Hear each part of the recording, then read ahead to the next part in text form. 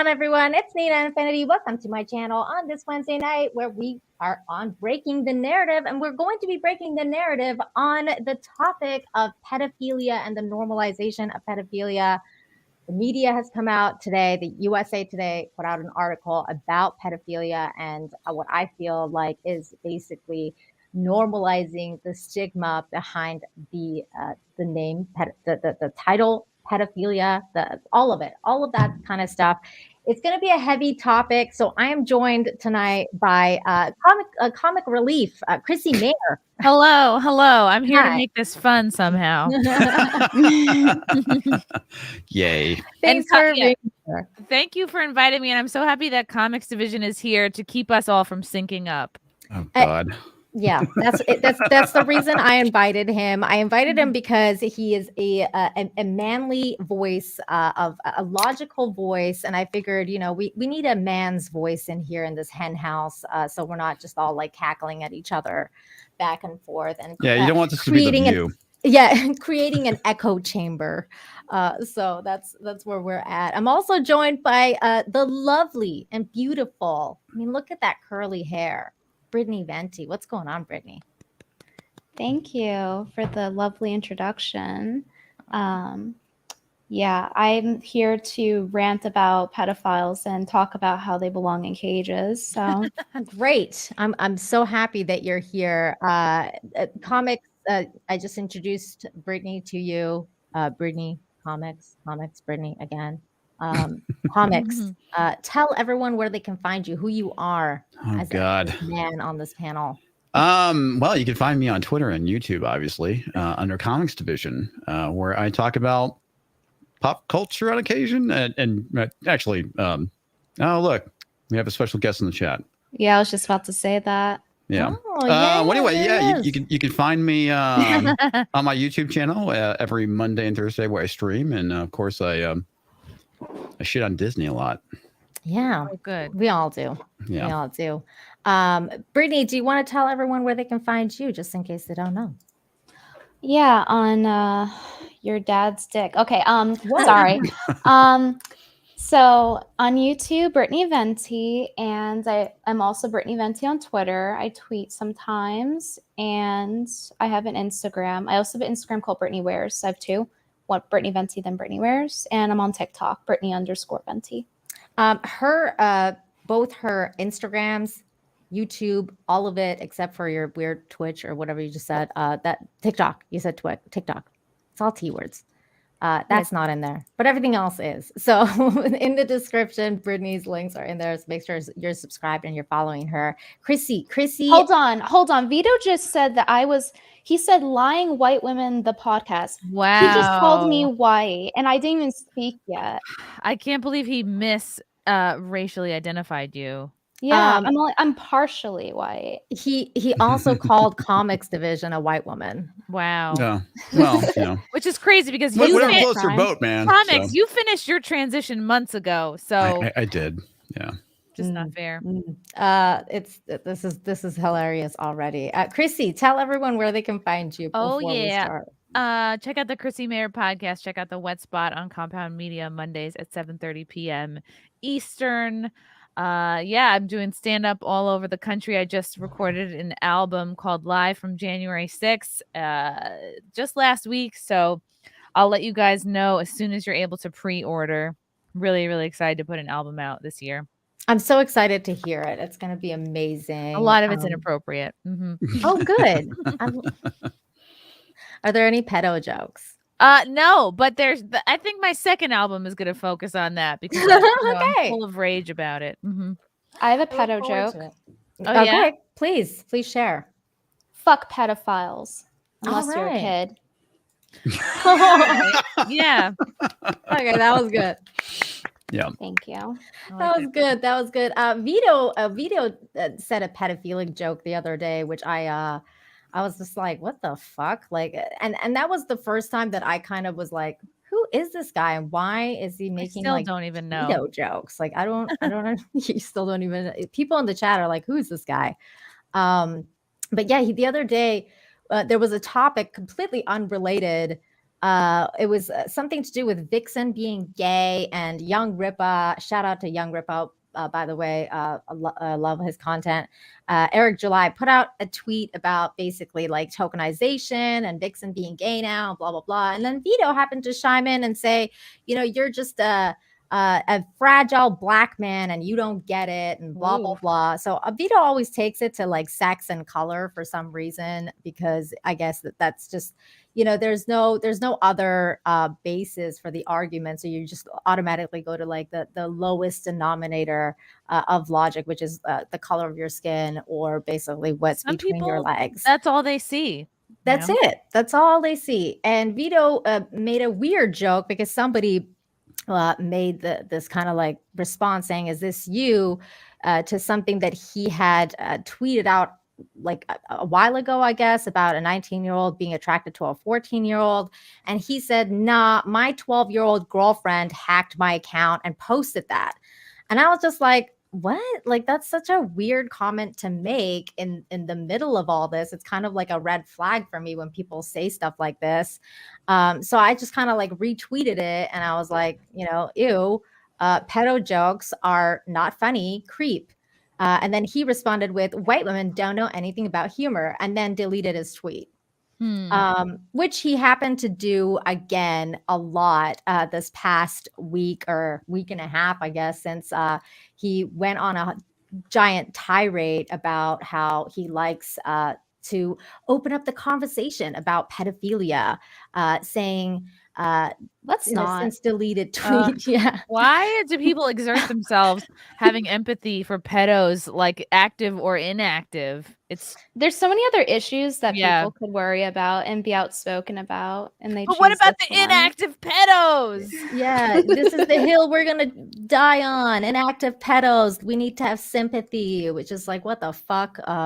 There's a lot. Like, yeah. Oh, we need to worry about the inactive volcanoes. One thing, as Dustman brings up, which I find kind of funny, is that here we have Vito complaining about joke policing, and it's like, dude, it's like you're the guy that reported FNT for having Alex Jones on.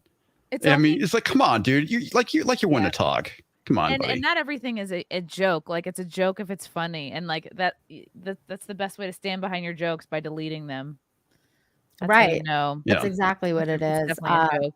But Dustman said for $5, Vito also believes in deplatforming. He reported FNT to YouTube for having Alex Jones on. Yep. That is true. When I found about that, I lost all respect. I was like, kind of like, oh, maybe he's interesting, and then I heard about that, and I was like, that's too bad. And he's being asked to bring him on. He's like, bring me on. Here's the thing, Vito. I already know your point of view. I've already read it. I've already heard it. I've heard it all. I've heard Destiny's too. I don't need to talk to you. But don't you want to hear it already? You don't want to hear it being yelled at you one more time? Nah, I'm good. I want to hear it being mansplained. No, I'm good. I don't need you to justify your weird, pedophilic sympathies for me. I've already heard it all. I don't need to hear it. Dorker Voice for $5 says, for fuck's sakes, those who try to normalize the sickness need to be publicly mocked at every turn. Those affiliated by the sickness, they need help. Hashtag keep talking. I agree with you. Nazquick, thank you for the $4.99, says, good evening to all, and thanks for speaking on the subject. It's getting very crazy out there. It is getting crazy out there, and that's why we're going to talk about it. So what happened today, though, what kind of like set me off about this entire thing, about even going live, about talking about this tonight, because last week I didn't even go live because I had decided that I want to focus on more creative things. I don't want to talk about negative things all the time, and I'm just sick of it. I'm sick of it, and I don't want to be adding to this kind of like chaos of bad energy around the world. That's right. You're a bimbo.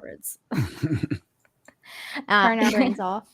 Yeah, turn my brains off. I'll be honest with you. I think you should let him on, because I would like him to be able to defend this. Because one thing I don't talk a lot about, but I have mentioned before, is I was molested as a child. So I would like to see him come in here to my face and defend this shit. Okay? I didn't know that about you, Connor. Yeah. I knew I liked you for I'm sorry that happened to you. I'm sorry that happened. It's something that happened. It didn't damage me as a human being, but I would love to hear Vito justify this shit to me. I really would.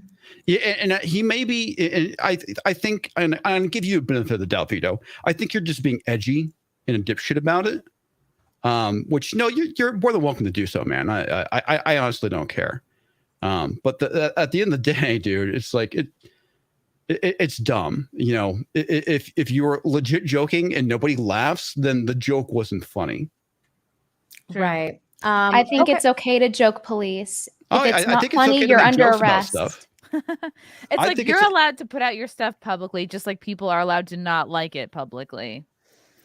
All right, Brittany and Chrissy, what do you guys want me to bring on, Vito? I don't care. Really know anything about him other than this. Yeah, why not? If he gets annoying, you can always boot him. All Yep. right. Yeah. All right. I'll send him the link. No prash. And like I said, I'm cool with edgy jokes. I don't care if you make jokes about pedophiles or make fun of them. I know that how was it? Shit. Who was the guy that directed Guardians of the Galaxy? James Gunn. Thank you, James Gunn. He did a bunch of edgy shit back in the day. He had his oh god, what was it To Catch a Predator party? Yeah. Which is you know, I'm sure a lot of people found it to be distasteful. I thought it was kind of funny. Because all it was a theme party, and they wanted to call him a pedophile for that. When it's like, okay, well, I mean, unless you have actual proof of that, that's just a baseless accusation. Okay, so here I'm gonna decide. This is what I'm gonna do with Vito. Vito, I will send you the link, but I'm gonna send you the link in a little bit because I want to cover a few of these articles that I've basically researched and I wanted to talk about before we get Vito in here, and because I'm sure it's going to become a little bit of a debate. It's going to become a little bit chaotic, but I want to make sure we lay down what my side of things and what I think is happening right now before I bring on another point of view. So first, we're gonna just talk about it for a bit, and then I'll send it out. Yeah, if he's interested after we've talked, then he can come on and talk about his point of view. So first, we're going to start with what set me off today, which was a Twitter post by USA Today that has since been deleted, saying when most of the public thinks of pedophilia, they assume it's synonymous with child sexual abuse. A pedophile is an adult who is sexually attracted to children, but not all pedophiles abuse kids, and some people who sexually abuse kids are not pedophiles. Whew, okay. I don't know. I'm sorry. Why If you're attracted to children, you are a need? pedophile. That's all there is to if it. you're thinking about it. Yeah. I 100% agree with you. Brittany, what was that? What was that? Oh, I just don't understand why. I don't think that there's a reason to make this huge deal about the distinction unless you were trying to push a certain agenda to normalize it. Yeah. That's exactly what I think too. And I think this all has to do with a lot of stuff that's going on in the news right now with regards to the Ghislaine Maxwell trial and a lot of high profile people that are being outed as pedophiles right now. And this all has to do with policymakers being pedophiles, people who are psychopaths that are in places of power, who are pedophiles, and they just don't want to be found out, and they want to they want to normalize everything so the stigma is gone from it, so that they're not in trouble anymore. Yeah, why the why the push for this right now at around the same time that like two of the biggest, most globally most connected either sex traffickers or pedophiles or whatever you want to call Epstein and Ghislaine, like it, you know, they're about to possibly out a ton of people. Oh, how coincidental that they're trying to normalize it around the same time. Vito doesn't like my idea, says, yeah, once they have everyone riled up, I get to be the straw man. No, you're going to be able to present your point of view. Yeah, we'll let you present your point of view when we present facts, because this is facts. For someone it's not even his show. He's making a lot of demands. He's like, I want attention and I want it now. Okay, so USA Today then decided to delete that tweet, but then I said, LOL. Yeah, you say that a lot. Joking. Oh my God, I'm joking. Anyways,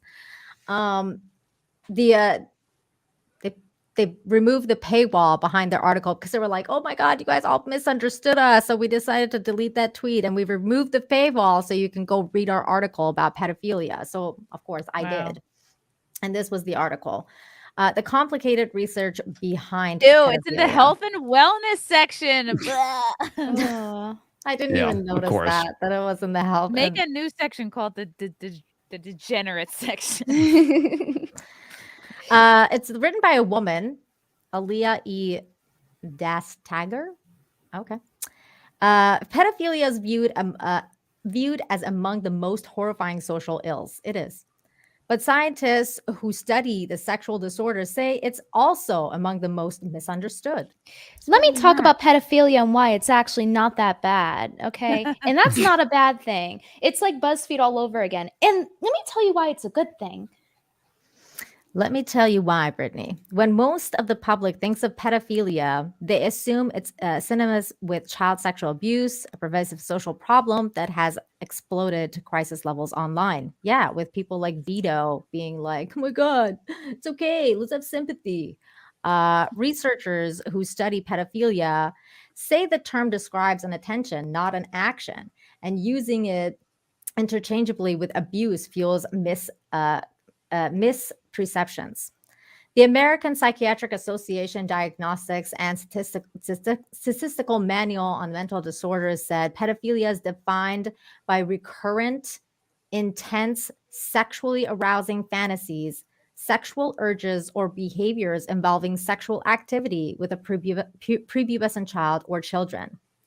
Scientists have in recent decades improved their understanding of pedophilia causes, paternal and early childhood risk factors, as well as how pedophiles can better control impulses. Yeah, from the bottom of the ocean. One of the most significant findings is that scientists who study the disorder say pedophilia is determined in the womb, though environmental factors may influence whether someone acts on the urge to abuse. Now, this sentence itself, this is where it goes back to stuff like this, because this has been going on for several years, where you had places like, let me pull this up. I think even places like The Independent saying pedophilia is a sexual orientation like no, it being is not straight or gay. This was back in April 2016. This has been an ongoing thing with the media, especially leftist media, who try to normalize this behavior. And even notice the language on the last article. It starts in the womb. You can tell by the use of that language, they're trying to sway like the pro-life crowd with that. Exactly. And also say that you have no control over it, that it's something you're born with. Yeah. Very similar language. Much like a sociopath is probably born a sociopath as well.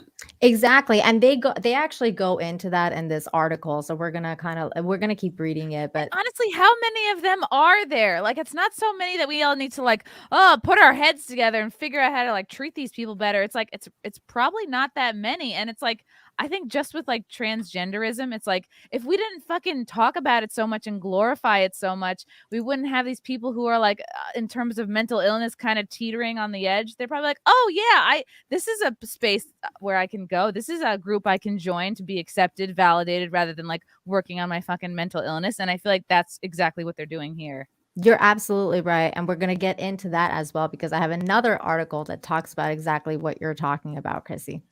I'm fired up. The evidence suggests, this is a quote, the evidence suggests it is inborn, it is neurological, said James Cantor, a clinical psychologist, sex researcher, and former editor-in-chief of Sexual Abuse, a journal of research and treatment. Pedophilia is the attraction to children regardless of whether the person ever harms, which is true.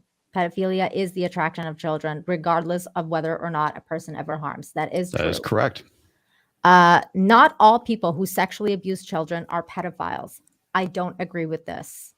They are pedophiles. Ugh. They're just non-offending. Some pedophiles never abuse children, experts say, and some people who sexually abuse children do not sexually prefer them, but use them as a surrogate for an adult partner. they may be disinhibited and antisocial with impulse control problems. And herein lies this paragraph, in lies where so many things are wrong with what she's saying. There's so many things here that is just basically trying to blur the lines between what that psychologist is saying, because right in the previous paragraph, they're saying that pedophilia, regardless of whether you are an active one or not, does harm, and it is called pedophilia. So, and she's trying to say that it's not, and the people who sexually abuse children, they don't sexually abuse children, are not pedophiles, and that is wrong. That is a wrong mentality, in my opinion. What do you guys think? Yeah, they're trying to. It's like what pedo sympathizers and pedos, like, they have these pedo talking points. Like, I could see a similar paragraph being like, well, if somebody, kills somebody with their car, they're not really a murderer. They're just a bad driver. Yeah. It's like, no, man, it happened. It doesn't matter how it happened. You got there. You're a pedo. You're not like, oops, I tripped and fell onto a kid. Brittany, you're muted. Sorry about that. I was like, imagine if they tried to make this argument, but like with men sucking dick. Oh, I only put my mouth and rimmed his cock a little bit. I'm not actually gay, though. Like, nobody would fall for it. Everyone would be like, yeah, you're either bi or gay. Nobody would be like, no, actually, you're straight. Oh, well, yeah. I mean, if you think about having sex with men, then you're probably gay. Yeah. If you think about having sex with children, you're probably a pedophile. Look, the idea of changing definitions of things has long been practiced by pathological people in society. Right now, we're experiencing it in mass, where you see people like Anthony, the science Fauci, talking about how, the difference between vaccines and immunization, and how the definition of vaccine has changed now, and the definition of everything changes with whatever is going on at the time. So this is in line with that same kind of ideology. They're trying to change definitions so that we, as the, people who aren't experts, can, if we have like this kind of like feeling to it, that's not normal. And the experts will tell you that, that your reaction to it is not normal, because this is the new normal. This is the new normal. We're going to accept these people now. And I refuse to accept these people. This is not normal. And Chrissy, you're totally right when you say that these people aren't a majority. This is a very, very small group of people that have gone into places of power that are trying to instigate this. And this, it's wild. The article goes on, and quote, there are child molesters and pedophiles. If you think of Venn diagrams, there's a lot of overlap, said Anna Salter, a psychologist, author, and internationally recognized expert who has done over 500 evaluations of high-risk sex offenders. There are people who are sexually attracted to children, and then there are some people who molest kids who are not pedophiles. I don't understand this person. There's no difference. There's no difference. There's a difference between you're hitting a kid, but once it goes sexual, sorry, there's why you need to be in your own category. They're coping. They're coping. It makes you wonder why. Yeah. Exactly. So this Salter person, to me, is obvious, automatically a red flag. I don't care if you're a psychologist with whatever degrees in psychology. You can be a psychopath who's gone into that field to try and do exactly this, to normalize their fucking behavior. Because not all sociopaths are murderers. And as we know, any of these so-called scientists, psychologists, whatever your whatever your degrees are in, you can be paid to have a certain study. You can be paid off to have a certain opinion, write a certain article, and guess who's paying these people? Exactly. There are people who are sexually attracted to children, and then there are some people who molest kids who are not pedophiles. They molest kids because of anger. They molest kids because they're just angry. We have to help them. They molest kids because they're scared of adult women. They molest kids. What? They're equating revenge to pedophiles? Yeah, one has nothing to do with the other. This is an expert, you guys. How do you know the intent? How do you get in the mind of somebody and know what their intent is? You can't. They molest kids to get revenge, but they don't actually have an age preference for prepubescent Oh, children. it just works out that way. What a coincidence. Doesn't matter if it's not their number one preference. It's like you're either attracted to them or you're not. And if you weren't attracted to them, you wouldn't feel the need to touch them sexually. Like nobody here, I'm guessing, has had thoughts about sexually touching a child repeatedly, like a pedophile would. No. Absolutely not. No. So, and I think that they're trying to blur the lines because it's this postmodernism bullshit of like, oh, we need to question everything, including things that are the foundation of our society, which is children, right? So we need to blur the lines, question it, because everything's blurry, then nothing has meaning, and then everything is okay. And then that's how they go forward with it. Brittany, you're so fucking right. Like you are so It's fucking right. It's the culture we're currently in of over acceptance. Like, don't work on yourself. Don't lose don't weight, improve yourself. Don't go to therapy. Don't work on your mental illness. Don't figure out your confusion or your hatred for your dad or whatever. It's like, no, cut your fucking dick off. You know what I mean? Everyone needs to accept that you're into kids. It's like and nothing at all is your fault. Nothing is your fault. You were born with this. And basically, it's like being gay. It's a sexual orientation that you were born with. It is not a fucking sexual orientation. No, absolutely not. This shit. Yeah. Real quick. I can explain why it's not a sexual orientation. So basically, calling pedophilia a sexual orientation is like if I said rape was a sexual orientation. It doesn't make sense. It's inherently non-consensual. It's for it to be an orientation, there would be some consent. Children cannot consent. They're not mentally able to do that. They cannot consent. So therefore, it's not an orientation. It's exactly like rape. It's exactly like rape, and a lot of people. Absolutely. And I've heard actually, Brittany, you brought up a really good point last time we talked, where you said, it's like rapists who are not offending, but they think about raping people, right? And it's like, is that person still a psychopath and a predator? Well, yeah, because they think about raping people all the time. Like it's not like they're not a predator or a psychopath. Yeah. I don't hear people going around and defending, rapists or non-offending rapists.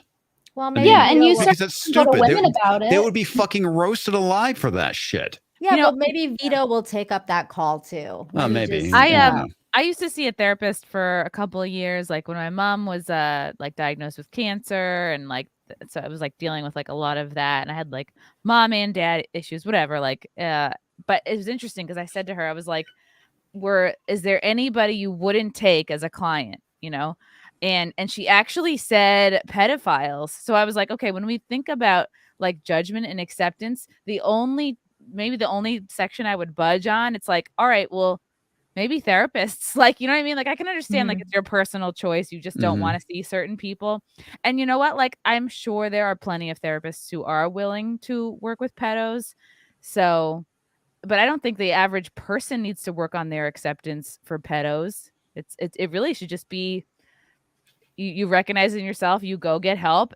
And like, why does the whole world need to accept you? Like, you're dealing with your shit on your own.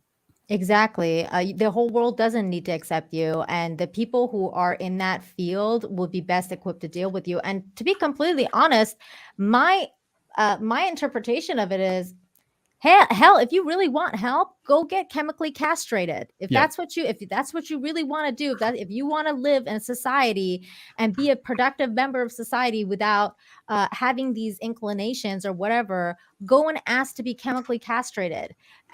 What does that mean? They burn your dick off? What is chemically castrated? Basically, they take a pill or a drug that basically prevents them from getting an erection. The issue with that. So whiskey.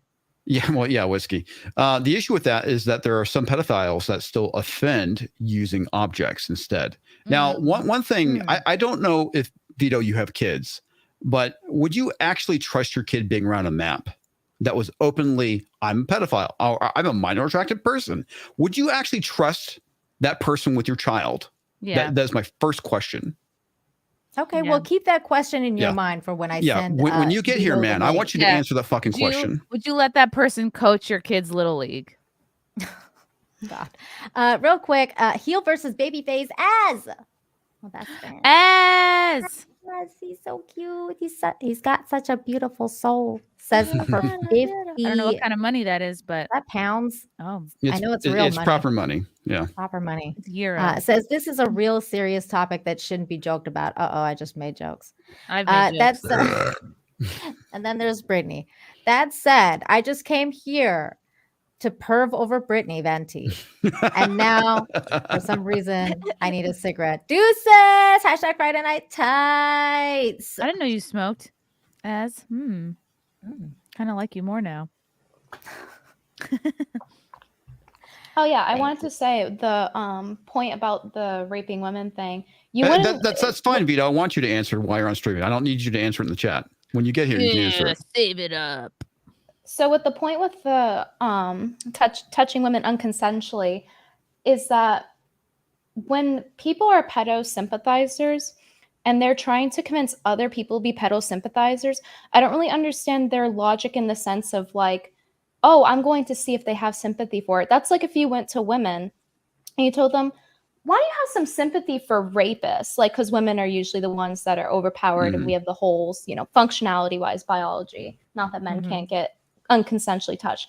But like, if you went to a bunch of women, you're like, why don't you have some sympathy for rapists? They would claw your fucking eyes out.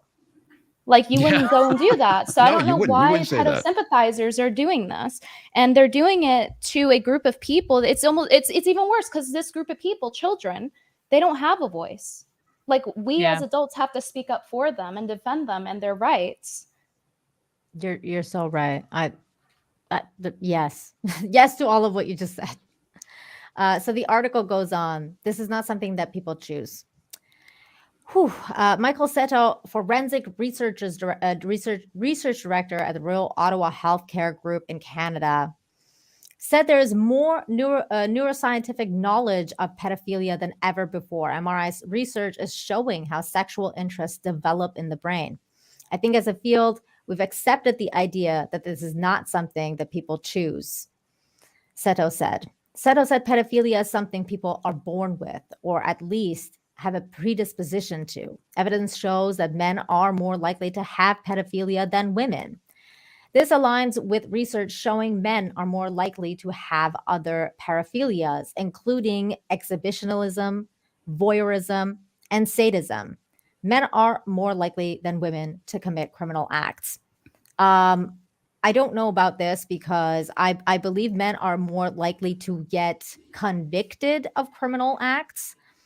So therefore, I don't know if that is an accurate statement. I think that a lot of women just don't get. They commit over 90% of violent crime, so it is an accurate statement, and it's because of testosterone. Yeah, it's because it gives them the drive to do so. It makes sense.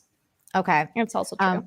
This is, but this, I understand what he's saying, because I believe in that there's a certain percentage of people that are born psychopath. And this is what I was talking about when we had that debate with Destiny, that there's a portion of people who are born and which I call natural psychopath, as Robert Hare has, as many other people have in the psychology field, including Martha Stout, Robert Hare, other people. They're called natural born psychopaths because they're born without the empathy, the empathy strand in their brain. They cannot function like normal human beings. And I have always said this, that they're in this world, we do have another species that live on this earth. The alien takeover has been achieved, and that is the psychopath. The psychopath is the other species that we currently live on this planet with. And they're trying to take over. They're trying to take over everything, including this, and normalize this shit. This is where we're at. So the article continue. Research also offers insight into risk factors. Seto said men with pedophilia have much higher incident of early childhood head injury. Again, another thing that head injury has also been talked about by Robert Hare, which talks about the other side of the psychopath coin, people who are not born psychopath, but through head injury, they lose that strand, the empathy strand, because it's all connected in the brain. So when you have a head injury, you are more likely to become a sociopath or psychopath, or some form of pathology will be formed in you. One of the most famous people in the world that had this happen to him is Stalin, who apparently had a head injury as a young child and then was completely different afterwards. I want to say like Caligula had something too, where he had a very high fever as a child and completely changed after that. There was a friend of mine from college who talked about this one thing. I really wish I could remember the full story, but I think it was this guy that was working on the railroad. There was an incident where a rail spike went through his brain, and the guy was, before that happened, a complete introvert. And afterwards, the guy lived, but he was very outgoing afterwards. That's interesting. Yeah, I mean, there's the brain. The human brain is very complex. Yeah, and I mean, it can do the complete opposite too. Like you can be an outrovert that becomes introverted, or you can be an introvert that becomes introverted. I mean, and the subject of brain is also very taboo. A lot of this is because of what happened with Mengele and the Nazis, because he did a lot of experiments. But yeah, I mean, even to this day, and when it comes to anything dealing with the brain, it's a very taboo subject in medicine. You know what? Stalin was just what we call now on TikTok an empath. And you could also make an argument, like so many of these NFL players who beat the shit out of their wives. It's like, well, they've had a lot of head trauma. There's all these studies that can be linked to their fucking brains shaking around inside their skulls, all the concussions. It's like, that doesn't make the fact that they beat the shit out of their wives okay. No, it doesn't. We should feel bad for these poor NFL players. Well, it's more of an answer to why they did it, not so much we need to feel sympathy for them, but it's an understanding what drove the event, so to speak. Yeah, trying to understand why it's happening is very different than understanding why it's happening and being like, well, we need to feel bad for these people. I don't think it's we need to feel bad for these people. I think it's good to understand it, because if there's we have the capacity to treat it, then that's something that should be done, because I don't want kids to go through this shit. Right. I don't think anybody does. I mean, exactly. Most people, unless you're a pedo, nobody does. Yeah. It's like, I think a good metaphor this is like, imagine you are sitting next to a bomb, right? Like maybe it explodes, maybe it doesn't. Maybe it doesn't. Would you be sympathetic? Would you be like, oh no, maybe I'll just go, maybe I'll risk let the bomb get there. Either like, how do I defuse this, or how do I get the fuck away from it?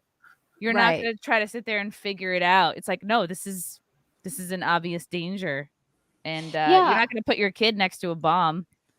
Definitely not. And I don't understand why. I mean, I guess I kind of do. It's because of their strategy of like, oh, feel bad for them. If we give a premise for it and that, oh, they can't help it, therefore you're supposed to feel bad. But other than that, like, I don't understand what the point is in bringing it up on how it happens. Like, other than if you were trying to prevent more from happening, like, okay, however it happens, it's still there. It's still a problem. As Chrissy said, it's still a bomb. Yep. Yeah. Right. Like, we have to help the poor bomb. Like, no, anybody in their right mind would be like, get me the fuck out of here. Yeah, put it in the ocean. That's what we can do with it. Exactly. Fucking 6 feet under. Wait, did I finish that paragraph? I think I did. Disorder may be influenced by genetic factors. Pedophiles and the choice to abuse. Salter said when she conducts trainings, she often asks the audience, how many of you have ever had an inappropriate sexual thought? If no one raises a hand, she tells them they're in denial. Of course, people have had inappropriate sexual thoughts. You may be attracted to your wife's sister. You may be attracted to a 16-year-old prepubescent babysitter. It doesn't mean you act on it. Okay, now here's the thing. If you're attracted to your wife's sister, but she's over fucking 20, and she's over 18, I don't give a fuck. Go for it. Who cares? Who cares if you're attracted to your fucking wife's sister? Marrying the wrong sister. Right. Like, I mean, look at how she's trying to blur the lines between you having an infatuation with someone to you may be attracted to a 16-year-old prepubescent babysitter. That's one giant leap there. Yeah, I think in comics, you can verify this. I think the average healthy male's reaction to, like, let's say you're at a pool or whatever, and you're like, oh, Yeah, I was going to mention that too. is 16 this is not girl- prepubescent. Yeah. Yeah. Like if you like maybe you're at a pool and you're like, oh, is that a cute girl? And then they turn around and you're like, and then you're like, it's a young girl. You're like, oh shit. Whoa, You yeah, actually, no, I mean, you like self-correct. You're like, no, you know, you're not gonna sit there and be like, oh, let's figure this out. No, how can we make this okay? It's the indulging. Chris Ewig says, I would respect Nina's take more if she was just honest and said she really just wants to kill all pedos. At least it would be honest. Honestly, I don't know what the answer is. I'm at the place where I think they should all be done. Like, yes, 6 feet under. I have a problem with that because I believe in due process. And my concern about things like that is the slippery slope of, well, you know, all white men are evil. We're responsible for all these atrocities. You know, the life would be better if we just get rid of them too. So that's my concern with going down that road. That road is because it's dangerous. I obviously, like I said, not defending these people. I was molested as a kid. I think that is one of the worst things a child could go through. No, I agree with you too, because I would like to find a solution. Yeah. It's just that we haven't as a society, and instead of finding a solution, we keep circling back around to empathizing with them. And that is not the solution. The solution is not to empathize with them. And no matter how much you want to talk about that, we're going to take a quick little break from this article here to talk about this, because you brought this up and the idea of due process and what people are doing with pedophiles. So this is on topic. So this came out the other day. Russia to introduce life sentences for pedophiles and jail them in Arctic prison camps. Wow. So this happened because, and I don't actually want to read the details of this article because it's very fucking graphic. But what happened was a few months ago, a repeat child molester, a previous sex offender, went and kidnapped and murdered a child, raped and murdered a child, and he was a previous offender. So once that happened and they caught him again, and they basically, the people who did it admitted to doing it. They made a video about it. Both men confessed on the video to the murder, and the parliamentary speaker, this person, a close ally of Vladimir Putin, Russia's president, said the terrible tragedy of this guy's abuse, or the little girl's abuse and death, showed the need for urgency around toughening laws. One of the detained men turned out to be a formerly convicted pedophile, he said. So, like, why wasn't this asshole in prison? And that's the thing too. It's like, you fuck a child, you need to go to jail for the rest of your fucking life. For the rest of your life. So now what they're doing is that let's do everything for the law on life sentences for pedophiles to be adopted in January. He backed calls for even tougher measures by sending pedophiles to polar regions to serve their sentences. Those convicted for such crimes should serve life sentences in the harshest conditions in the extreme north of Russia or in the mines. These bastards should undergo the hardest labor so they remember the crimes they committed every day and regret them. They cannot be called human. So the thing is here is that, so, you know, I was like, well, why don't you kill them, right? But Russia has a very big, religious outlook on life. So they want to basically say that, you know, we're not going to kill these people because let God be their judge, but we will, prosecute them and send them to basically, like, the Arctic, so that they somehow serve society, because otherwise, like, and work in the mines or whatever, because that's how their society thinks that is fair to handle it. I don't know if that's the correct way either, because clearly they had something that they caught the guy and then they let him go. How do you let a fucking child sex offender go? I don't know. I don't know. like this solution. I like pedophiles in one place, and it's in cages. As far as them being alive. But in regard to the due process thing, the reason why I don't think it's a slippery slope thing is because we should just use our critical thinking and our own discretion to figure out why white people would have more humanity than somebody who fucks children in the ass. Oh, I know. Know that. I know that. But there's other people that will use that as a justification, though. Yeah, remember me too. I mean, I've had conversations with people about the whole thing with Me Too. It's like, why is it so hard to convict a white male of rape and whatnot? It's like, well, there's this thing called due process, whether you like it or not. You're considered to be innocent until proven guilty. You know, it is a very important part of our system. You know, that's the thing that, you know, like I said, I have concerns about that, because when the wrong people get a hold of that and we set a precedent, it can open up for greater tragedies, in my opinion. You're right, comics.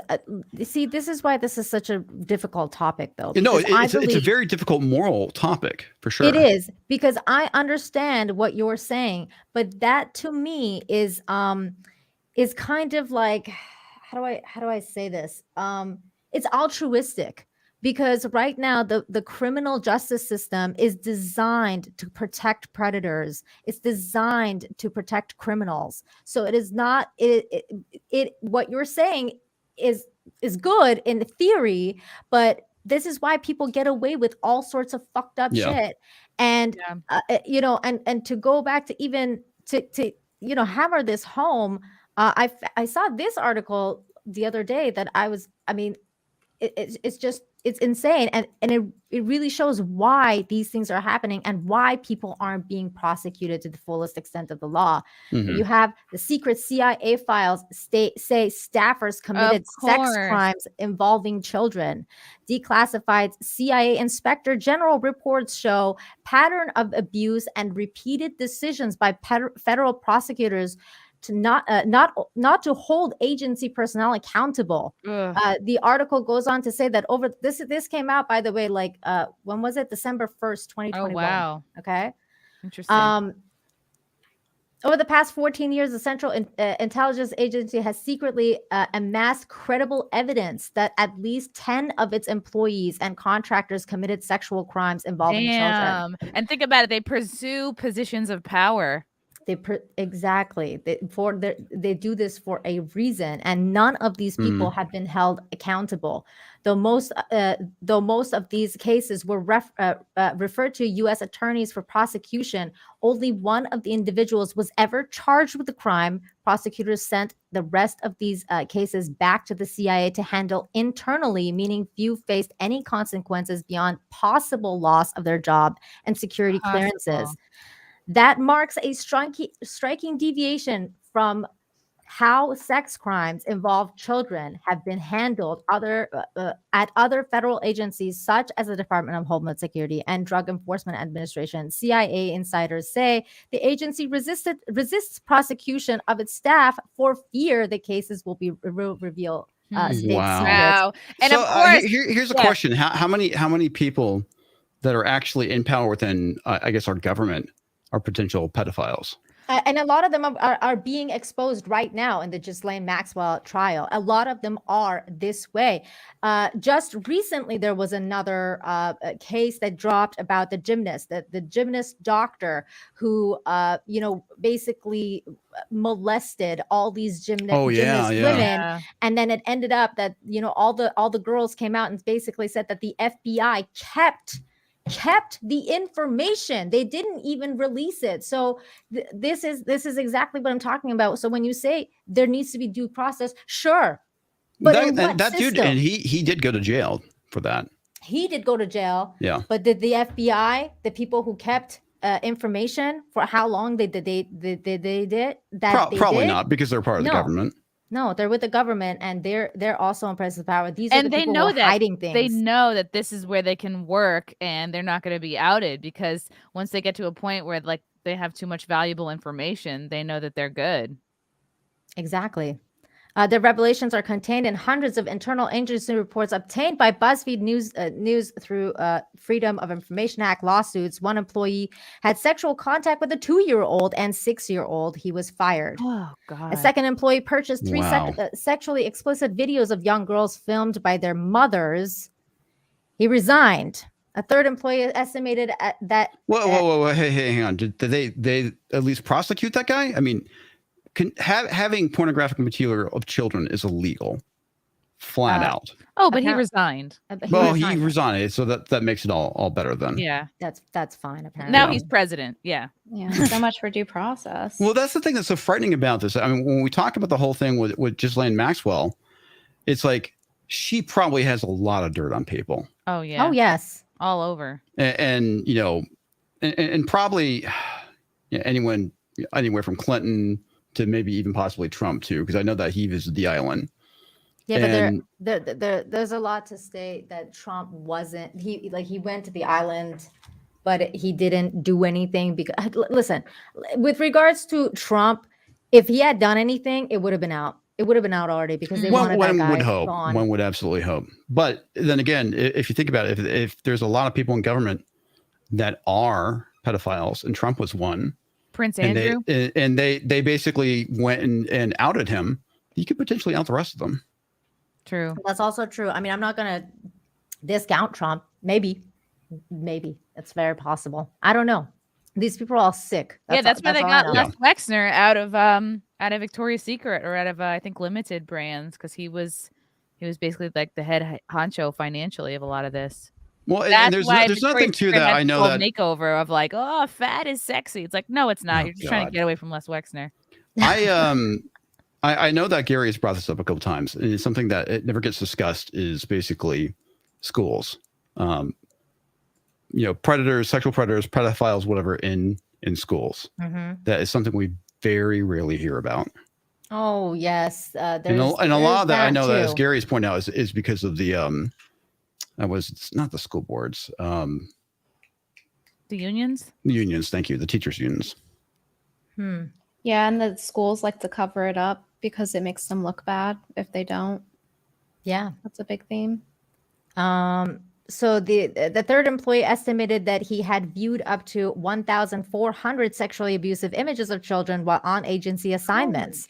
The records do not say what action, if any, the CIA took against them. A contractor who arranges for sex with an undercover FBI agent posing as a child had his contract revoked. Only one of the individuals cited in these documents was charged with a crime. In that case, as in the only previously known case of a CIA staffer being charged with a child sexual crimes, the employee was also under investigation for mishandling classified material.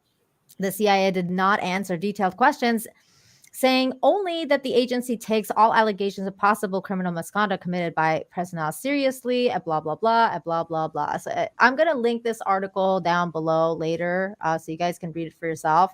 But also there was one more that I wanted to bring up before we go back to that article. Which hang on, before we move on, because this is something I think it's really interesting that Jordan Peterson mentioned this a while back when he was being interviewed on the BBC by that one female reporter. I don't remember her name. But there's one thing that he brought up, which I thought was interesting, is what attracts certain people to power. And that was something that was kind of mentioned in that article about, these people being in power or attracted to power. Which article? And there's also, didn't that say something about people in power?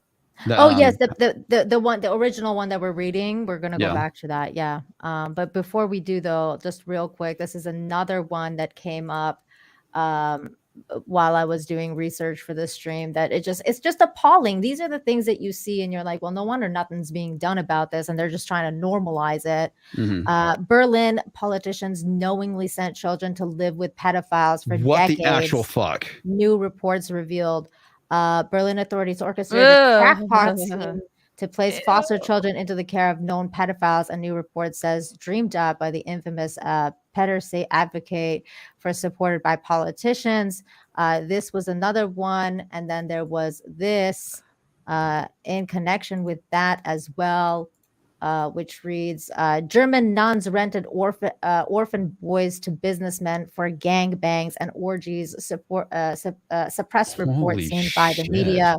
A report being withheld from the public documents horrific acts of rape and sexual abuse against young boys that were facilitated by nuns belonging to the Catholic Archdiocese. Thank you. Of Cologne, Germany. According to this is what was going on at Epstein Island. This is going on in a lot of countries. And this is from February 2021, you guys. I mean, this is very recent stuff. This is the case itself. The German case was from the 1960s and the 1970s that happened. So I mean, these things are prevalent things that are happening. So you have these things coming out, and then USA Today. And then you have USA Today coming out and being like, well, you know, we got to have sympathy and empathy for these people. We got to make material just for them. We got to, and it's like, you're no different than the nun renting out a freaking kid to a businessman, you know, like you're letting it be okay. All right. Vito's saying no one is excusing any of this. Well, I'm glad, Vito. This is the first time I'm seeing you say no one is excusing any of this. Bring him on. Bring him on. All right. Let me real quick. Do we want to finish this first before we bring him on, though? It's just a little bit more left. Yeah, let's just finish this up. So then, of course, people have had inappropriate sexual thoughts. Okay, we read that part. Pedophiles may not have control over the fact that they are attracted to kids, but they're responsible for whether they do or don't act on it. Salter's conceptualization of the dynamic of sexual abuse involves a motor and brakes. Many people experience inappropriate sexual thoughts, the motor, but there are brakes. Empathy, for example, which predators don't have. These people don't have it. Or the bullet. That keep someone from acting on them. For a pedophile, the motor is their sexual attraction to children, but they can still use brakes to stop them from abusing. This is false. This is false because they don't have those brakes. That is the point. When they have no empathy, they don't have the brakes. They can't do it. They're not right. If they had empathy, they wouldn't have that sexual attraction. Exactly.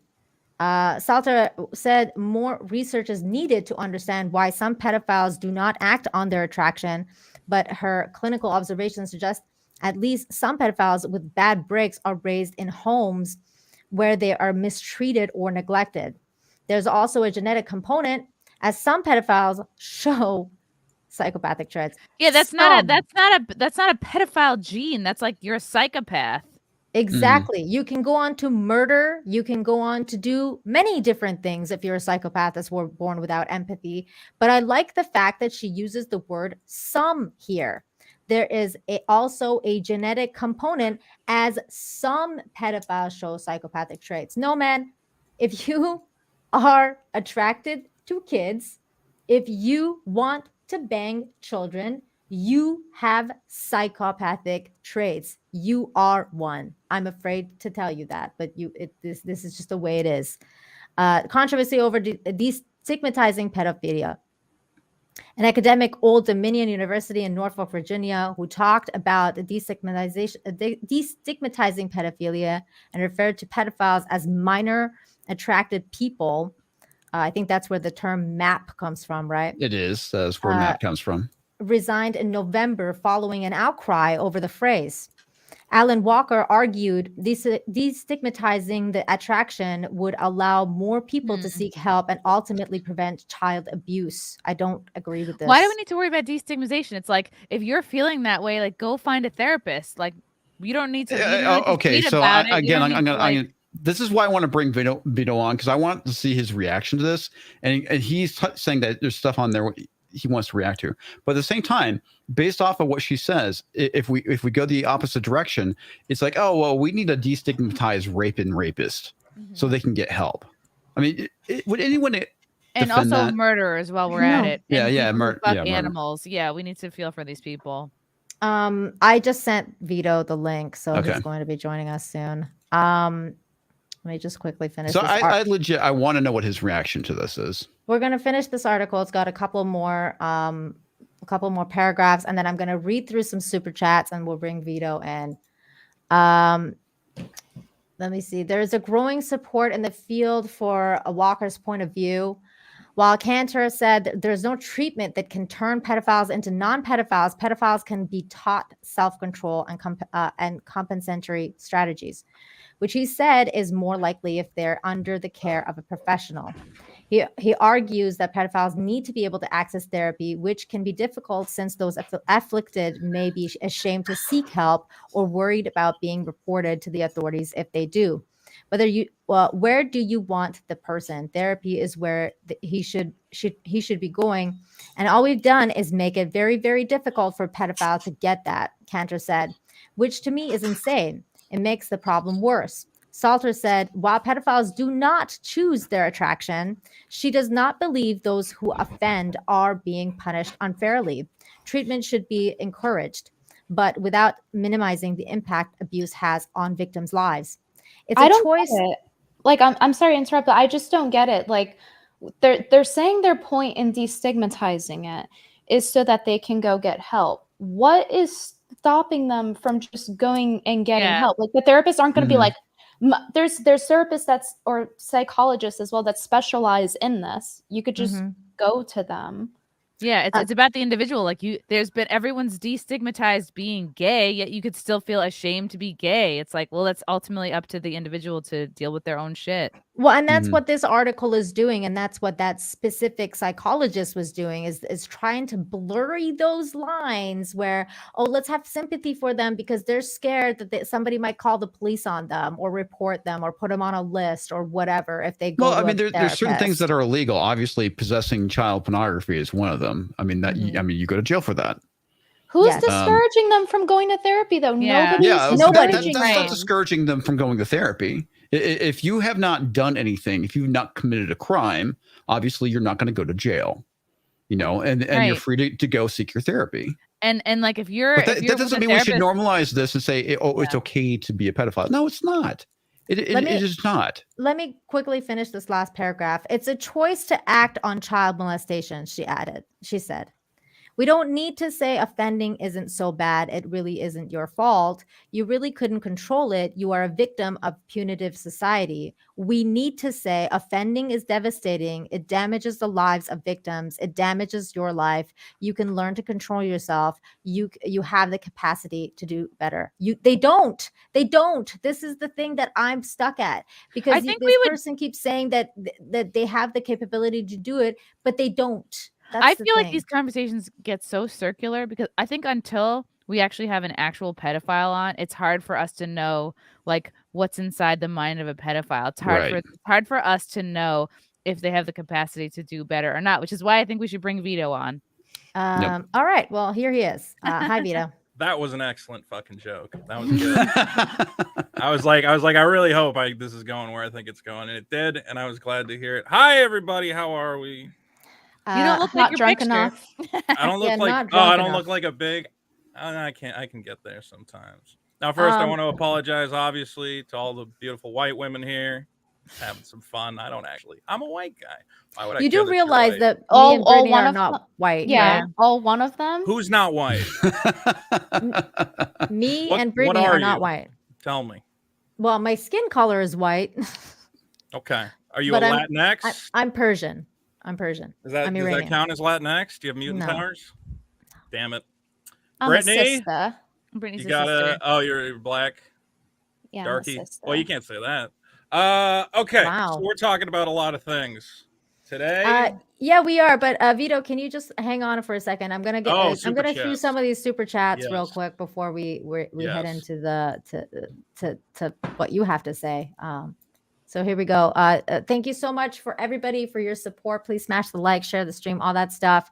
The artist formerly known as Woke Hogan for 5 says the same people sympathizing peds think the unjabbed shouldn't be allowed to buy coffee. The tolerant left, everybody. That is very true, in my opinion.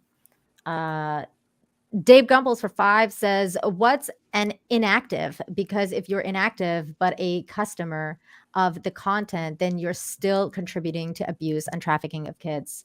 Yep, pretty much. You're still a pedo. Even if you're not practicing, you're a pedo. Nate D, thank you so much for the $4. Says, hola, it's a Gundam for introducing me to Brittany. Okay, there you go. Shout out to Gundam.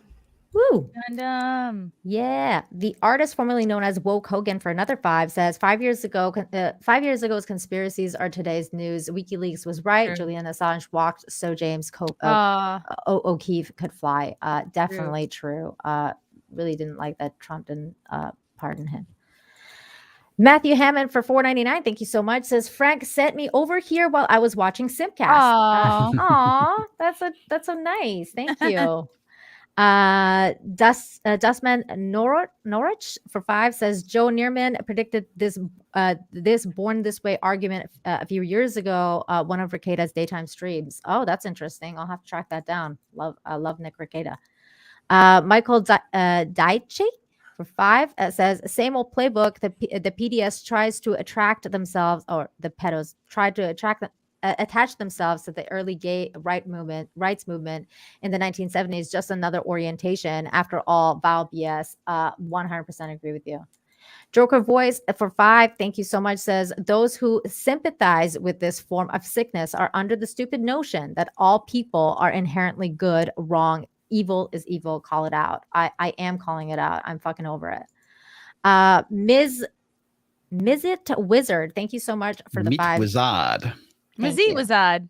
Mizzy Wizard. Thank you so much for the $5. Says I have 2 young daughters, and I wouldn't hesitate to throw away my 13 plus military career if some adult were stupid enough to touch them.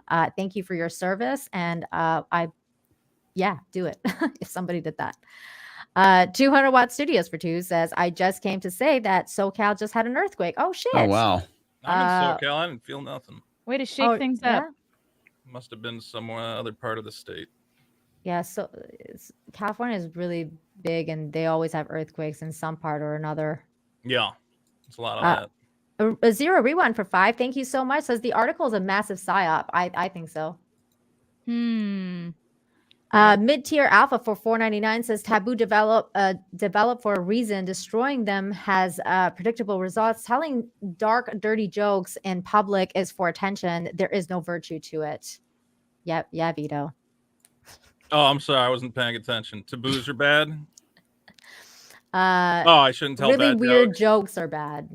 Oh, come on. That was not no worse than anything you hear on television. Dude, you could have, this is what I said about that joke that you had, that you joked. That was a really good joke. That was really smart, I think. Dude, this one was a terrible fucking joke because that's a really good joke. No, because you could have said my 12-year-old cousin. You could have said my 12-year-old brother. You could have said my 12-year-old sister. You could have said anything, but you said girlfriend. Right, because the joke is he's going, this you sound like a pedo. And then I'm defending myself by saying, of course not. No way. My 12-year-old girlfriend posted that. I think the number one sign, the irony. The number one sign a joke doesn't work is if you have to explain it.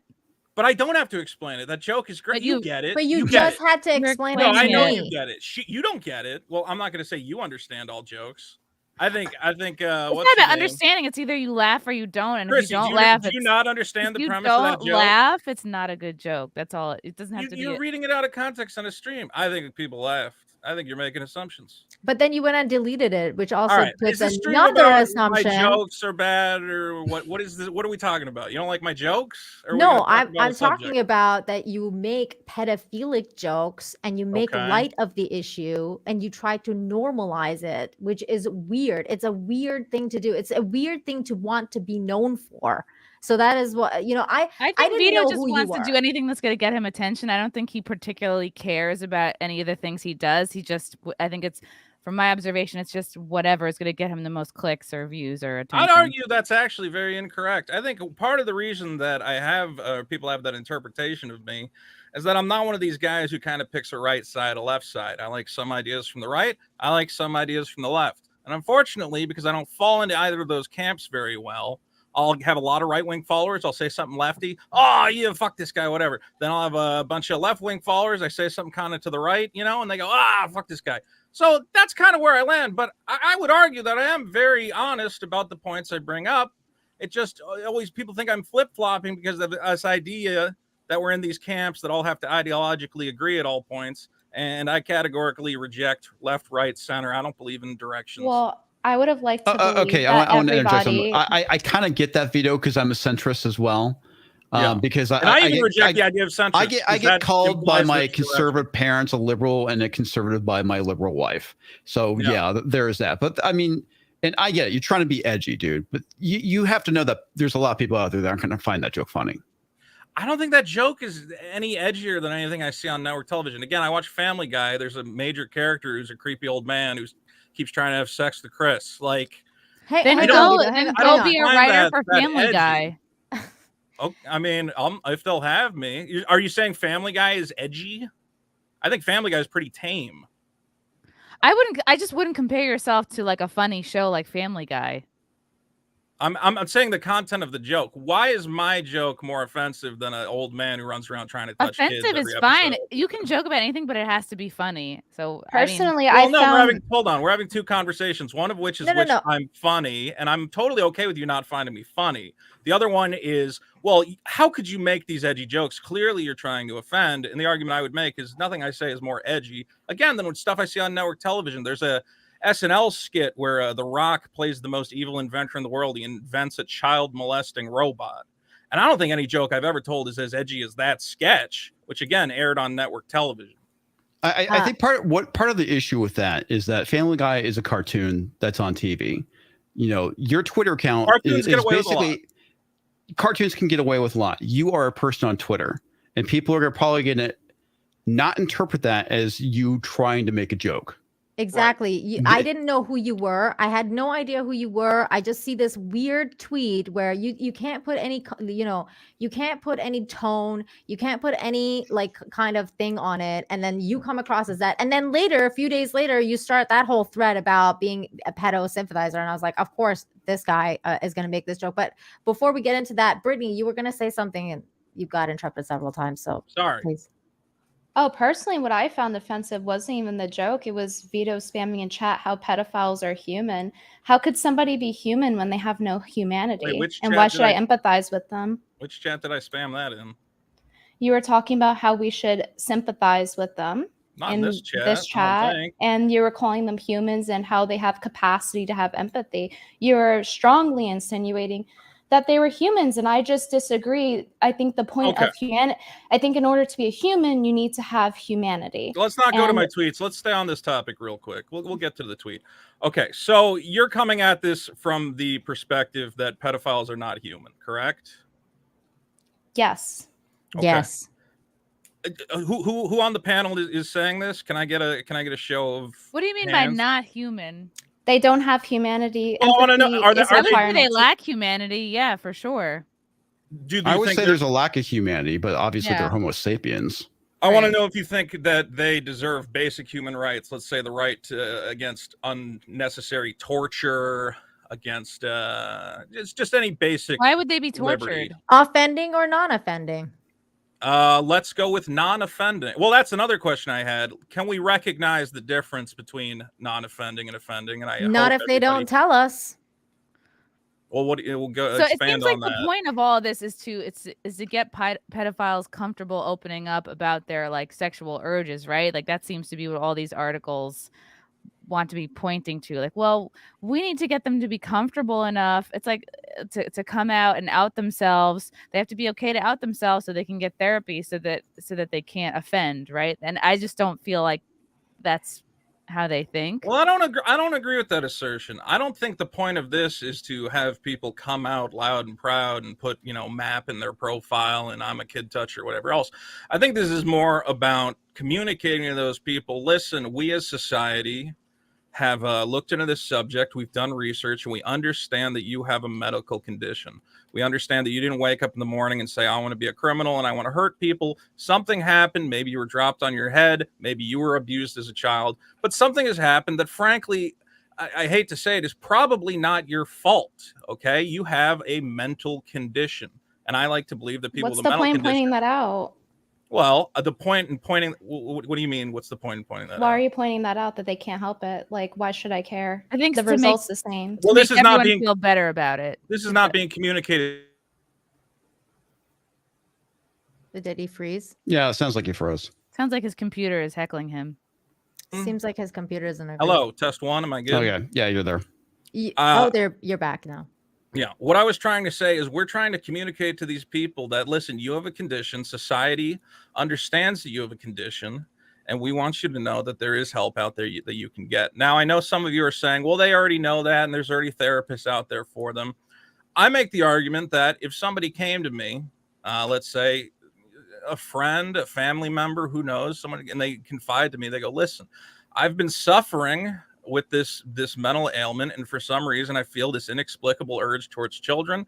I would never want to hurt a child, but I'm worried based on these things. What should I do? I would tell them, I don't fucking know. You know, I don't know where to send them. Then why are you? But they do want to. What's that?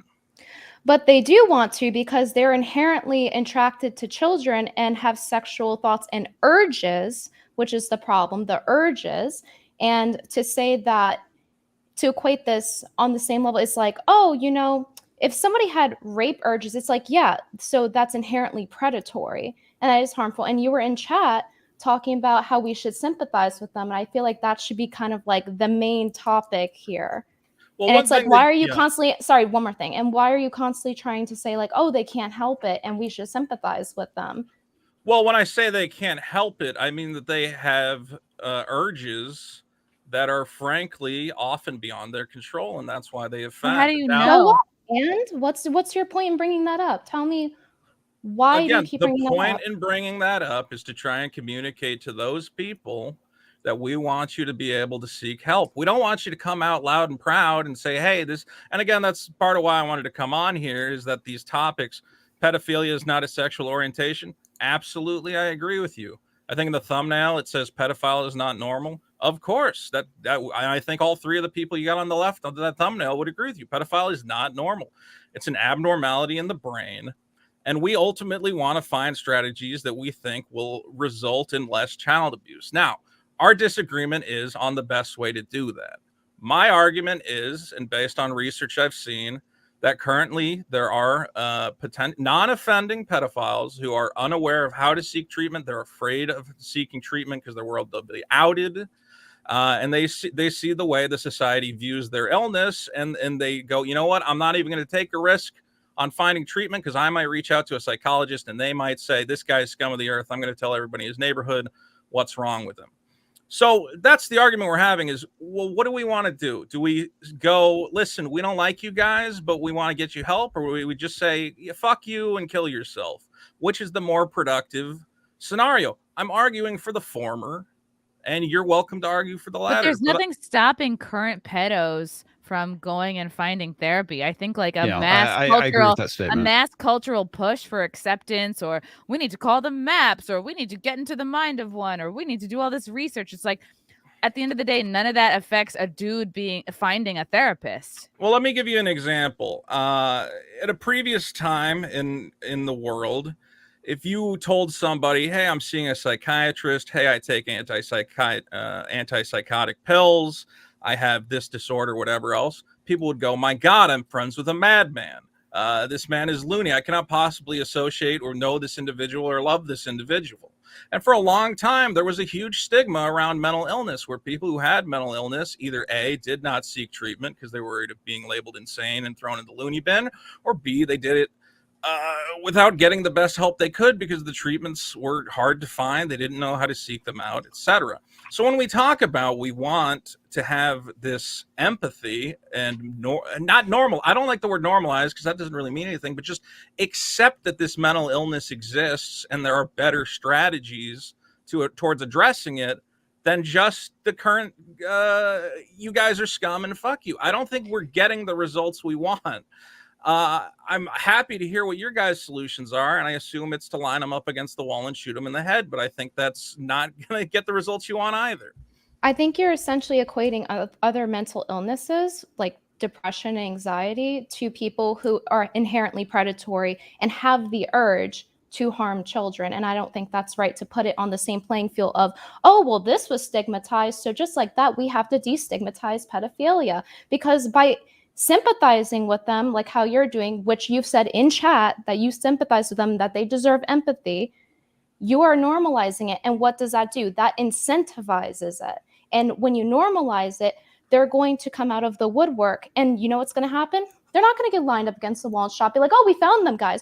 No, what's going to happen is people are going to start feeling bad for them and then not doing that. So that is the problem with sympathizing with them. You are encouraging that behavior, and, you are therefore enabling more children to get hurt. I understand the position you guys take on it, where you think that any sort and of also you didn't directly answer my last question, and I wanted to answer. Give it to me again. The question is, why do you keep mentioning that they can't help it? And you say, oh, well, it's to help them get treatment. I don't see where it connects there at all. Well, I don't understand why you're concerned about me saying that. And to be clear, when we say they can't help it, I'm not saying they can't stop themselves from offending. Right. They clearly can stop themselves from that. But they have a sexual attraction that, I mean, let's be clear. I don't think people choose to be attracted to children. Why would you? It's insanity.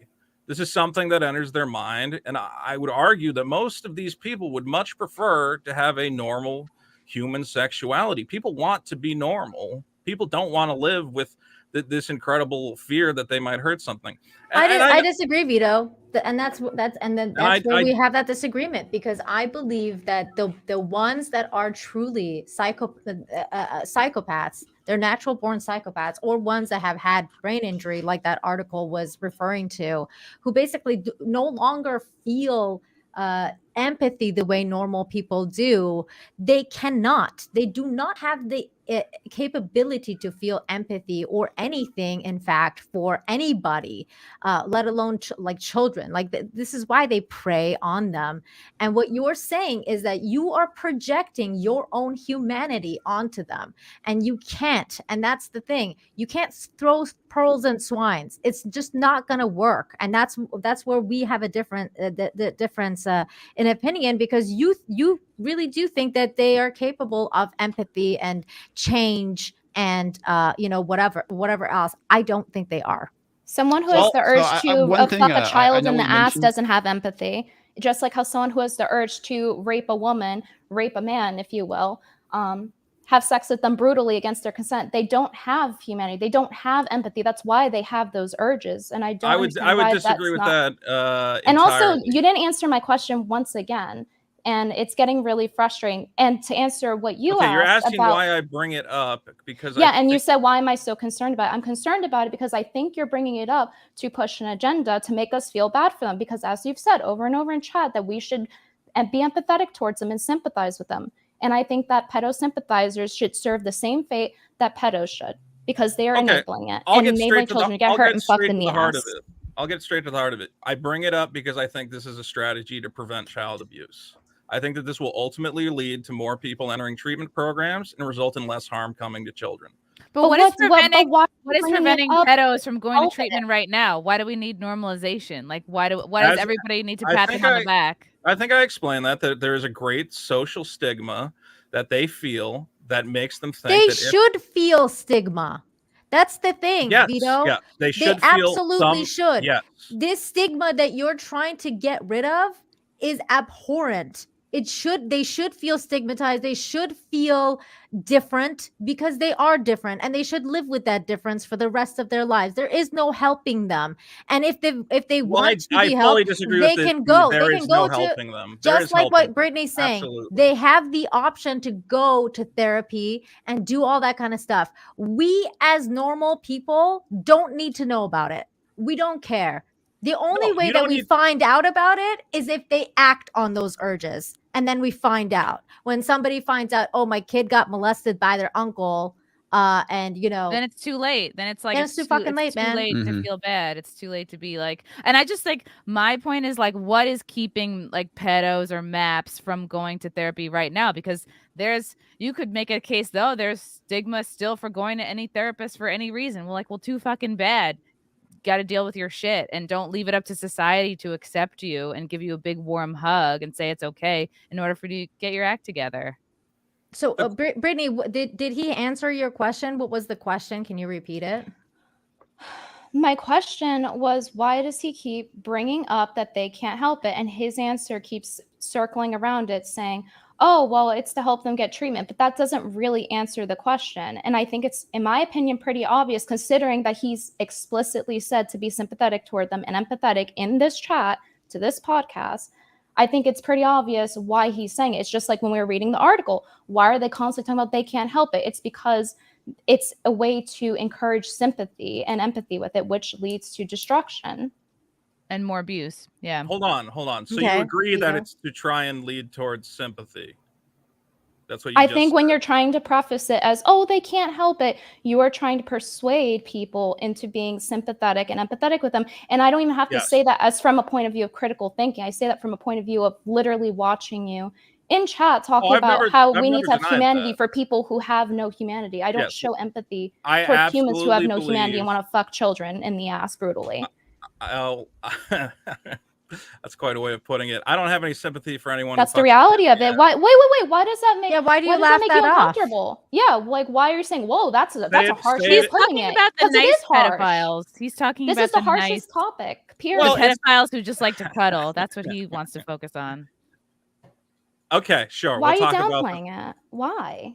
Well, because I mean, we're talking about a medical condition, okay, a psychological condition, where not all these guys are going to offend, and we want strategies that can prevent them from offending, that intervene before any offense takes place.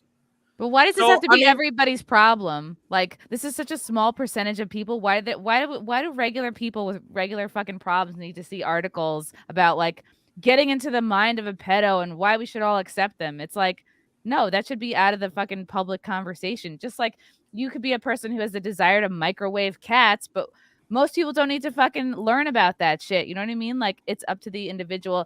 Like the issue. No, if you're microwaving cats, you're probably a sociopath. So exactly, but it's like, why do we have to feel sympathy for these people and understand them? Well, we need them to get help. It's like, no, like they should be on the fucking fringes of society. And like, and the issue here is the normalization and as many articles that are coming out. We need to understand them. It's not their fault. It's all the pedo talking points. Well, if you have a little bit of alcohol, are you an alcoholic? It's like, why is this a fucking conversation? I want to know your proposed solution. So one of them was like them seeking help.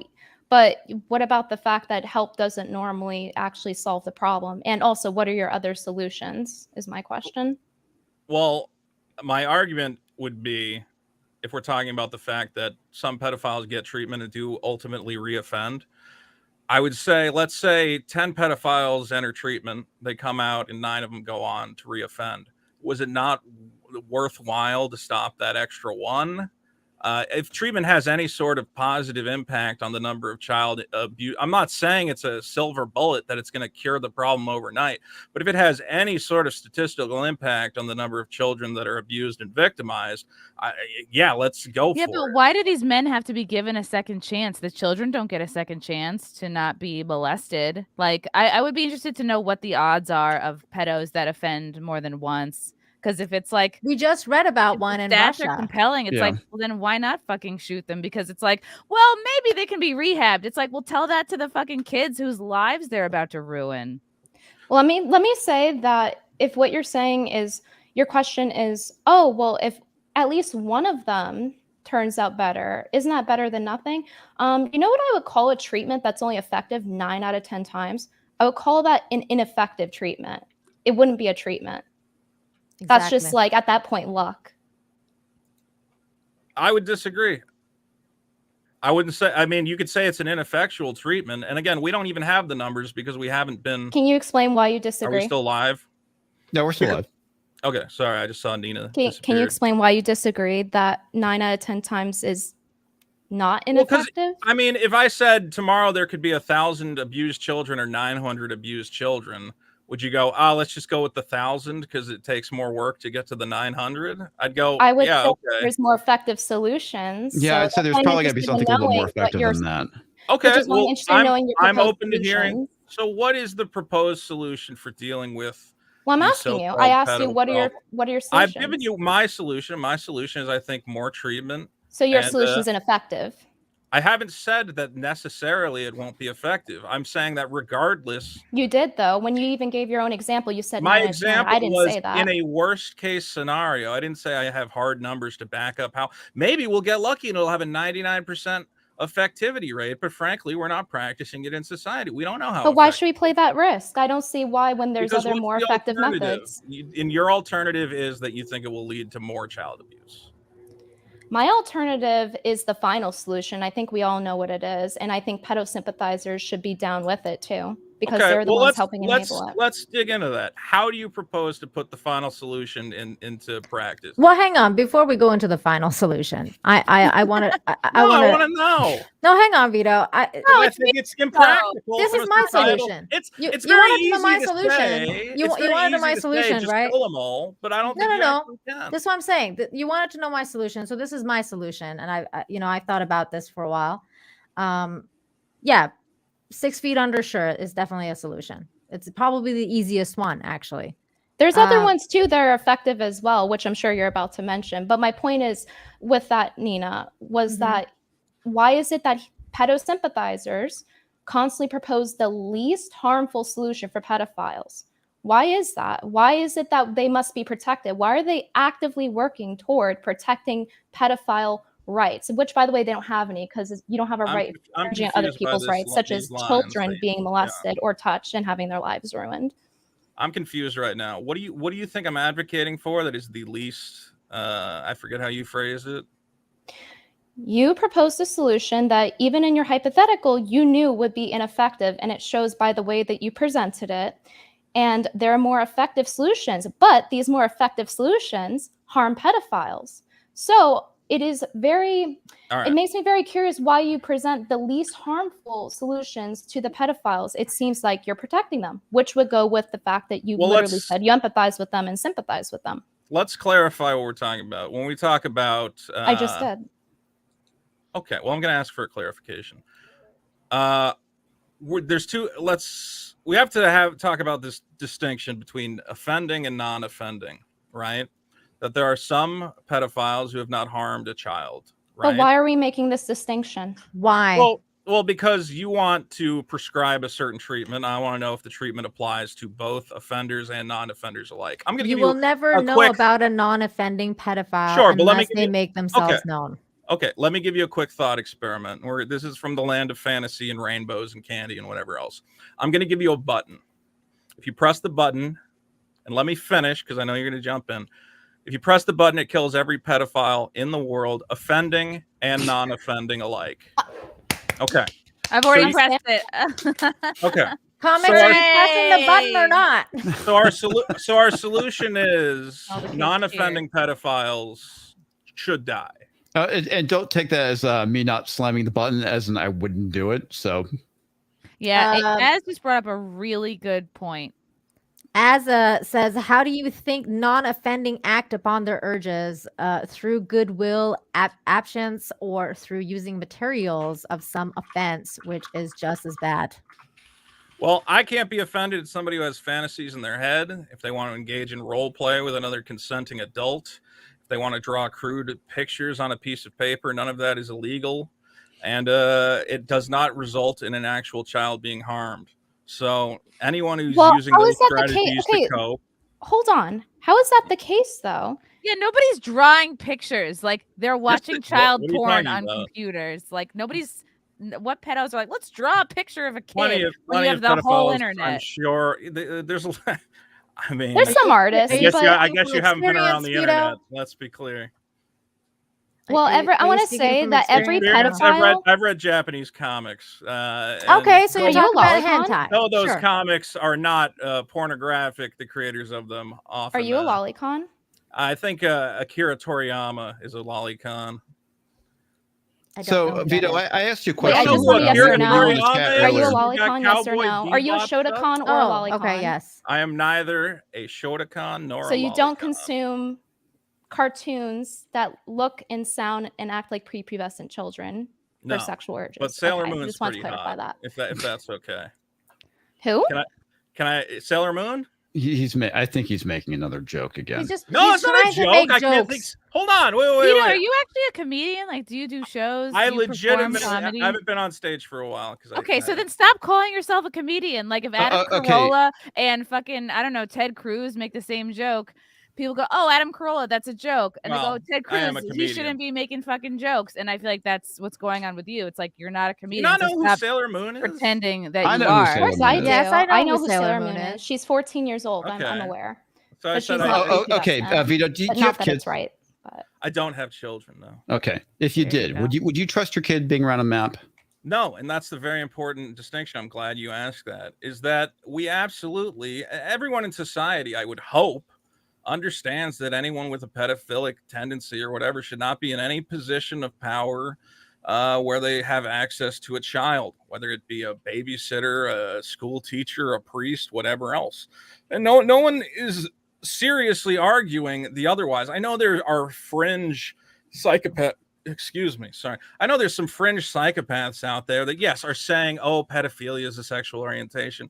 But I think the majority of society, we know that is not the case. And that's not really what we're trying to talk about.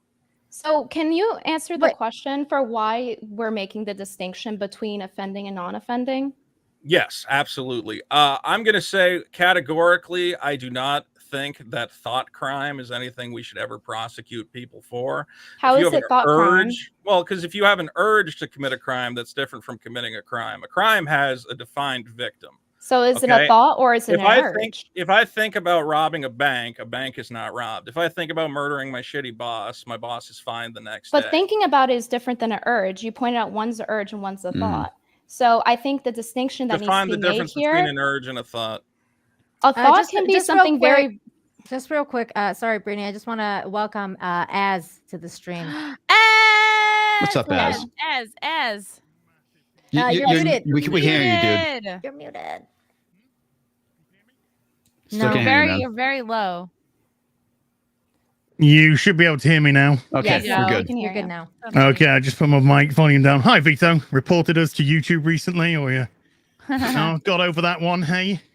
I mean, I still think tweeting at them is not that big a deal, but I did did offer to actually, donate Vito, to no, it charity. is. It's massively because you were bringing them in. You were Well, then trying to bring them into it. Why haven't you and you were accepted my trying to cause $100 some apology? shit, and then you go off and you I try and offered you shout for freedom. I offered Vito, $100. Hang on, Vito. Shut your mouth for a change. You try and talk about freedom of speech, and then you do completely the hypocritical thing, which is exactly what you've just said here. Right now, you're trying to talk about empathy. We are, Vito. We are going to continue talking. And then you've just said on the stream that you wouldn't let your child with a pedo.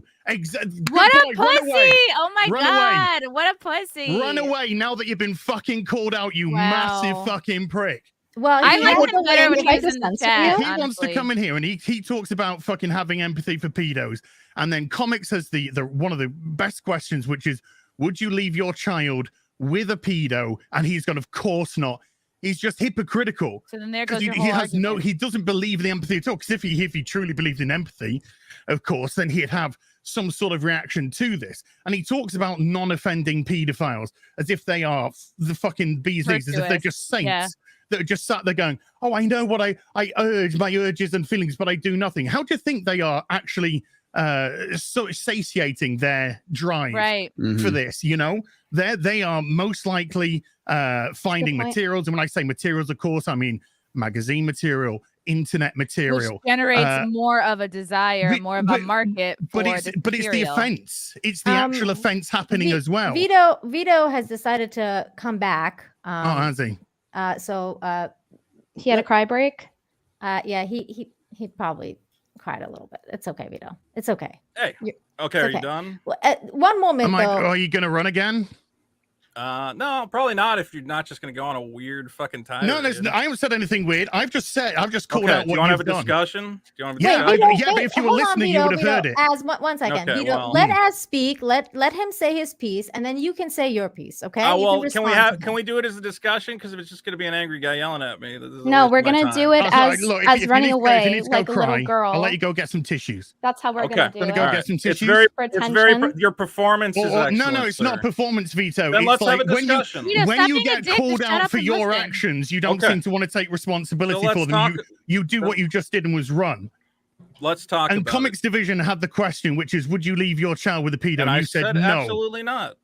Absolutely not. Even better. Yeah. And so you're talking about empathy for these people, but you wouldn't let your child near them. Because you know the predatory actions that they would do. You know that just because somebody is non-offending doesn't mean that they have the urge, doesn't mean that they have the drive, doesn't mean that they are not going to ever commit. It just means they haven't until that moment. Right. And everybody that claims or says that they are a fucking pedo and has those urges are a predator in waiting.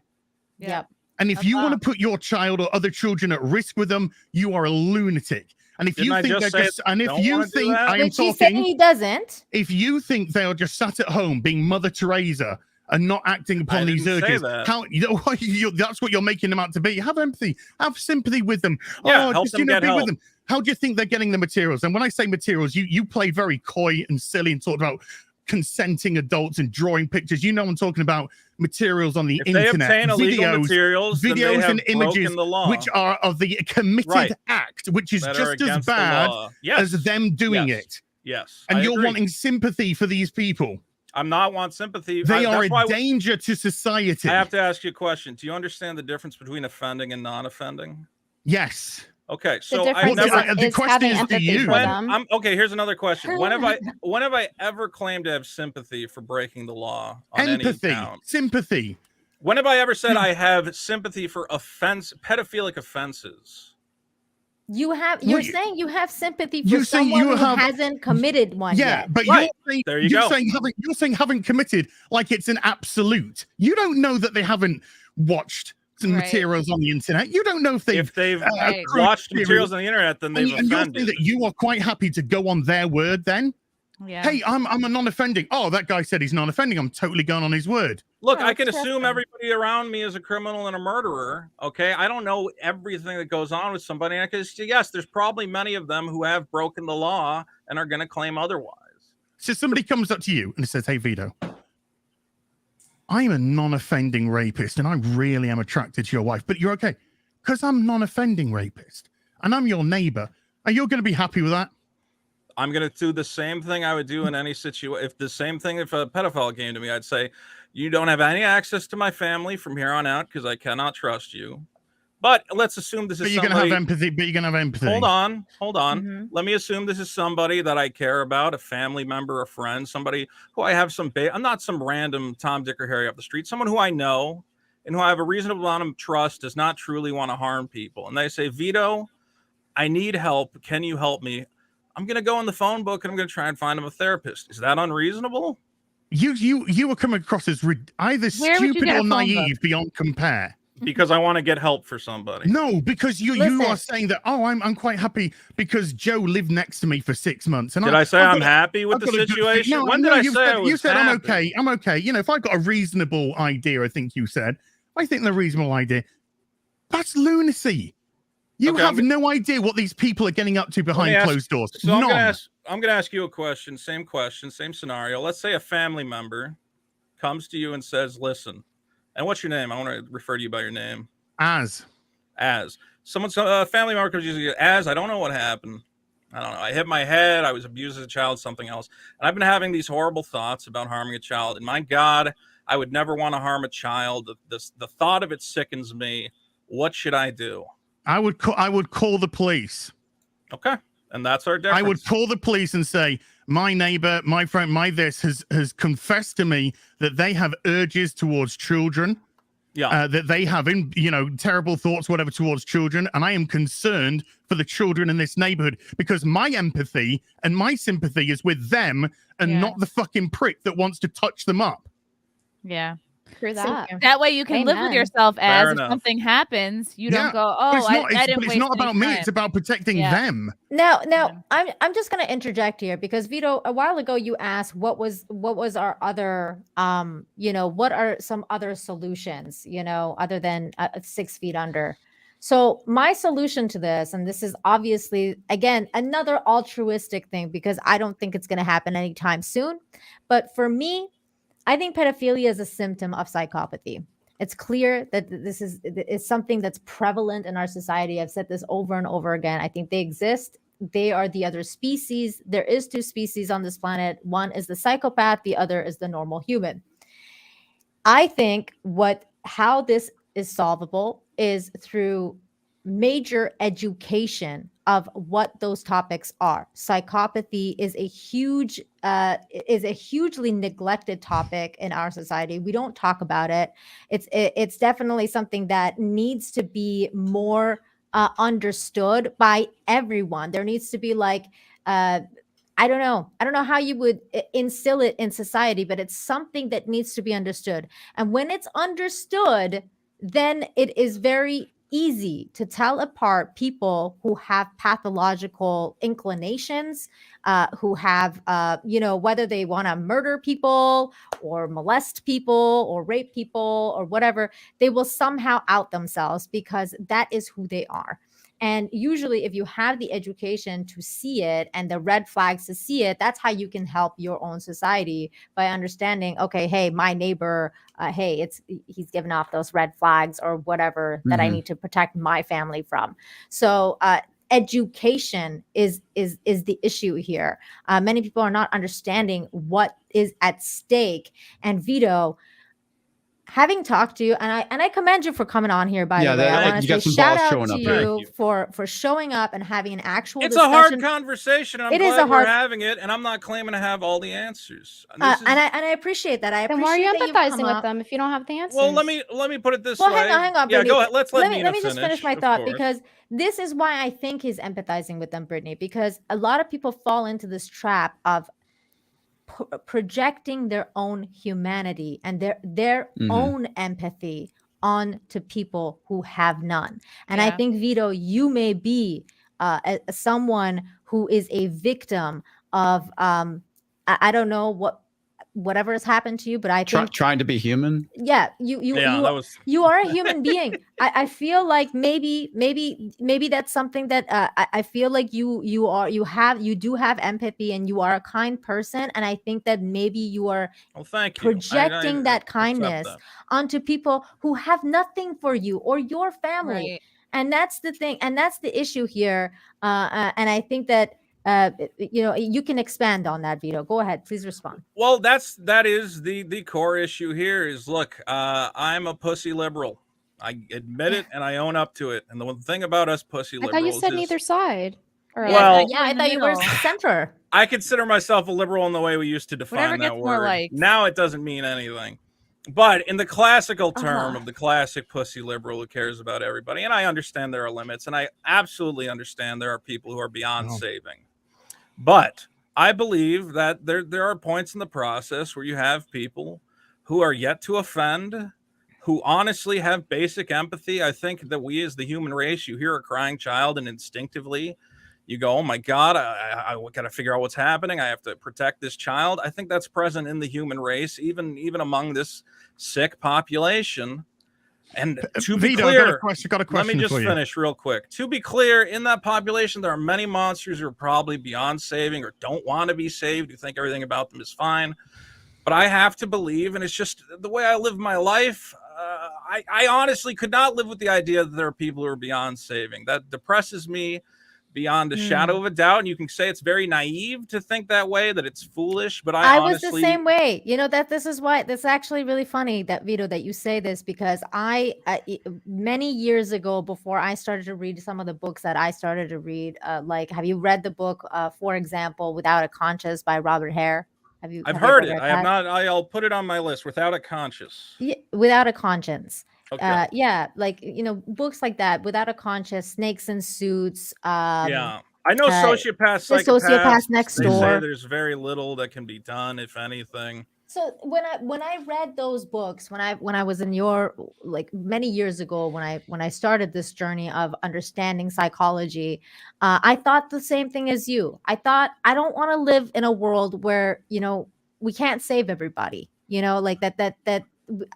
It's really hard for me to accept that we live in a world like exactly what you just said. I've said those same words, but unfortunately, again and again, I've been proven that there is that other species. The people without a conscience do exist. And every time, Vito, that you project your humanity on them, they will hurt you. They will hurt you. I would completely agree with that. So, and there's nothing that stops that from happening. Unfortunately, that is just the way that this world is. Nina, I want to interrupt real quick. Please go ahead, Comics. I agree with that statement, because the individual that molested me when I was a child, I projected my humanity onto them, and I let them do what they did to me, and ultimately I got them to stop, fortunately. But yeah, I mean, you don't understand what it's like to be molested as a kid. I was molested twice, actually. One by a babysitter, one by my neighbor who was a teenager. I was very young at the time. You know, I should have told my parents, but I didn't because I didn't understand. I didn't know how to cope or process it. Mm-hmm. It was very difficult. Fortunately, it did not damage me as a human being. I got through it. I've forgotten about it. And occasionally I remember it. But the main thing is, you know, this is a mark that has been left on me as a person. Mm-hmm. And again, being an empathetic person as much as I can, I allowed that empathy to get in the way to know I knew it was wrong, but I allowed my empathy to get in the way. Okay. Yeah. And you don't get anything for your empathy. Because no, I got nothing from my fucking empathy. I got that's molested. The thing. That's the thing that they use comics. That's the thing. The psychopaths they use empathy. A weapon. They use it as a weapon to hurt more people because they don't have it and they know we have it, and they use it as a weapon to do exactly what you just said. That's why they gaslight you. That's why they do all sorts of stuff to make themselves the normal in that scenario. Yeah. And here's the thing, guys. Children are emotionally stunted as well. You are not emotionally mature as a child. And an adult preys on that. And an adult will take advantage of that. And as a child, you don't have the emotional know-how to cope. And that's where you get the problem. I didn't know how to cope with it. Yeah, I would say to Vito, have you seen just Louis Theroux's A Place for Pedophiles? That is the documentary set in the prison in California, correct? Yes. I haven't seen it. Yes. So you would have been a while.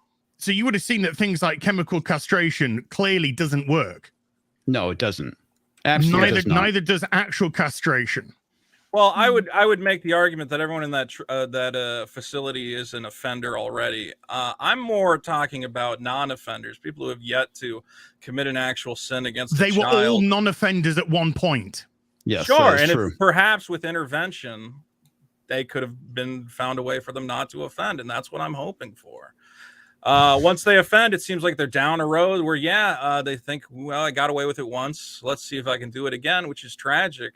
But I do think there are intervention strategies and coping strategies that psychiatrists are working on now to get to these people, hopefully when they're younger and have yet to commit an offense, and intervene before something goes wrong. And my question is, I mean, what's the alternative? Stricter laws, harsher penalties? I mean, we have education.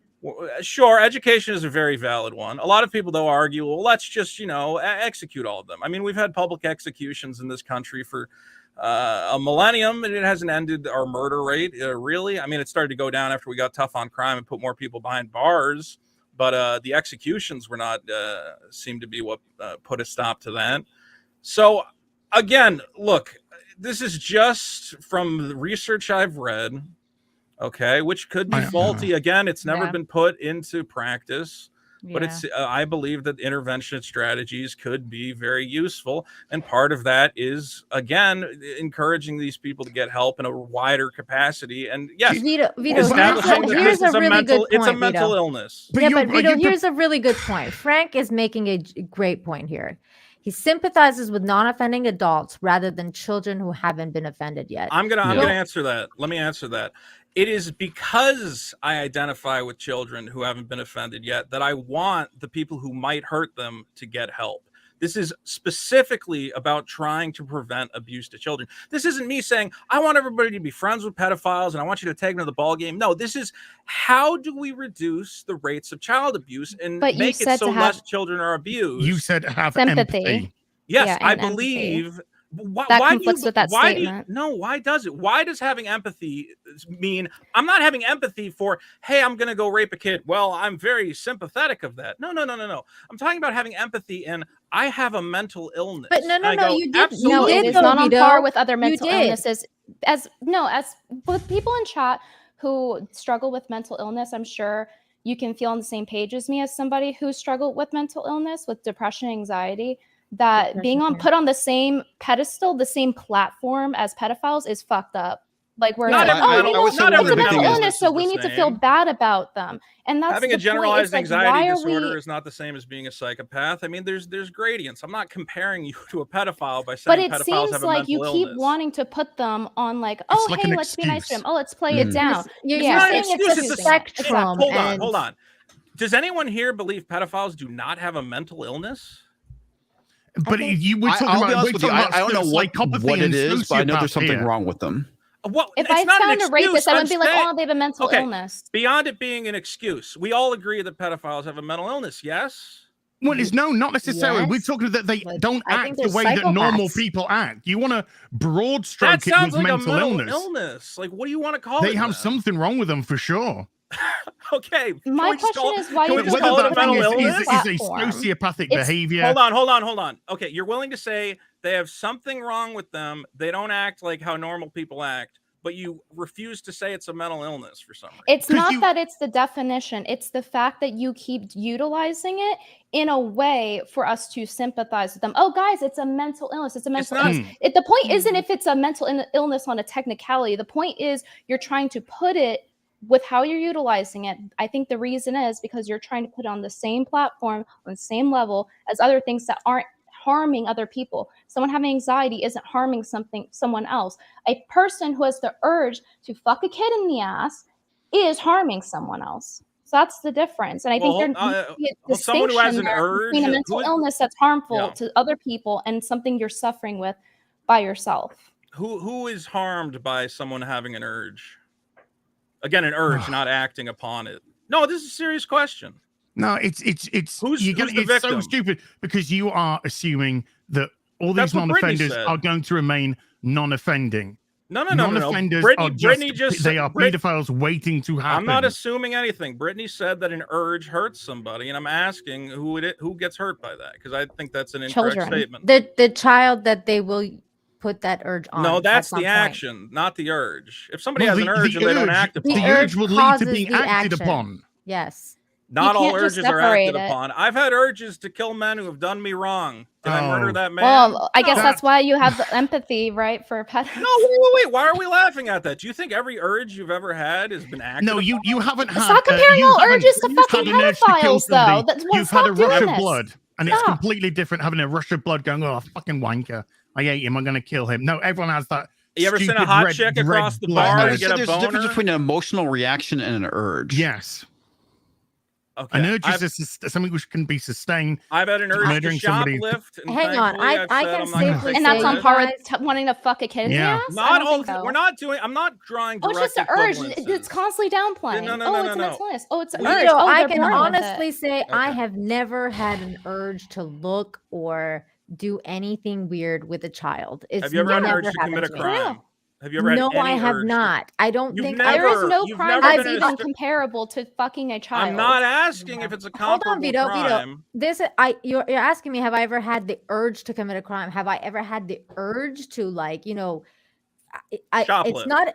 No, it's not an urge to like, for example, like if somebody does me wrong, like what you said, like I'm like, oh man, I wish that fucking person would die, or like something like that. I don't think that I could take a knife and stab them. I don't have the urge to do that, or pick up a gun and do it myself. It's just something and also, that let's it's like not something you let's vent. not conflate urges with thoughts. Everybody has thoughts. Exactly, There's a everybody difference has between an urge and a thoughts. thought. That's what I said earlier. Exactly. Brittany and comics are right. Like there's a difference between thought and urge. And urge is something that you 90% will act upon because you can't control it. And that's what happens with murderers. They have like this urge to murder and to take a life because it's another power dynamic. The issue here is that psychopathy factor. The issue here is that they are another species, and you keep wanting to say they are not. They're human, and you want to. Well, I do believe they're human. Absolutely, I would never. How are they accept- human if they lack humanity? I guess your definition of human would have to differ from mine. Exactly, Vito. Socially, our definition of humans are problem. people of humanity. Therein lies the problem. We do okay. have a Talking different about biology definition of here. it. We do have a different definition. Well, that's a of lofty. Yeah. I don't know what kind of definition you're going to call it. But I do believe that regardless, I mean, I think even Hitler is worthy of what do you call it? Jesus Christ. When you have to bring Hitler into the argument, you fucking lost your argument. No, Hitler's a great example because it represents the extreme of the argument, which is to say, if we had Hitler in a cage, I'm not going to say, hey, we got to go in and poke his eyes out. I'm going to go, oh, well, thank God we captured that guy. And I have basic respect for his dignity as a human being where I don't need to torture him. Why? Oh my God. Oh my God. See, these are the things I don't know, because I think that makes you a good person. I gain nothing from torturing him. I gain nothing from torturing the man. And Vito, I have empathy with pedophiles and I respect Hitler. This is going fucking well for you, man. You gain absolutely nothing having empathy or sympathy for a person that is extremely morally bad. I still consider Hitler to be a human being. So I don't think that's an unreasonable thing to say. But how? I think he's the personification of the worst of humanity. I am willing to say he's the worst human being, but that does not mean he is not a human being.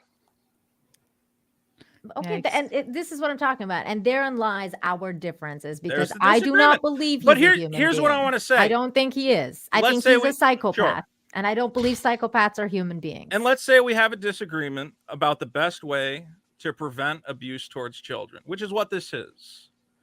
Are you? Whoa! Hold on. How is it the best way? Earlier you said you don't know.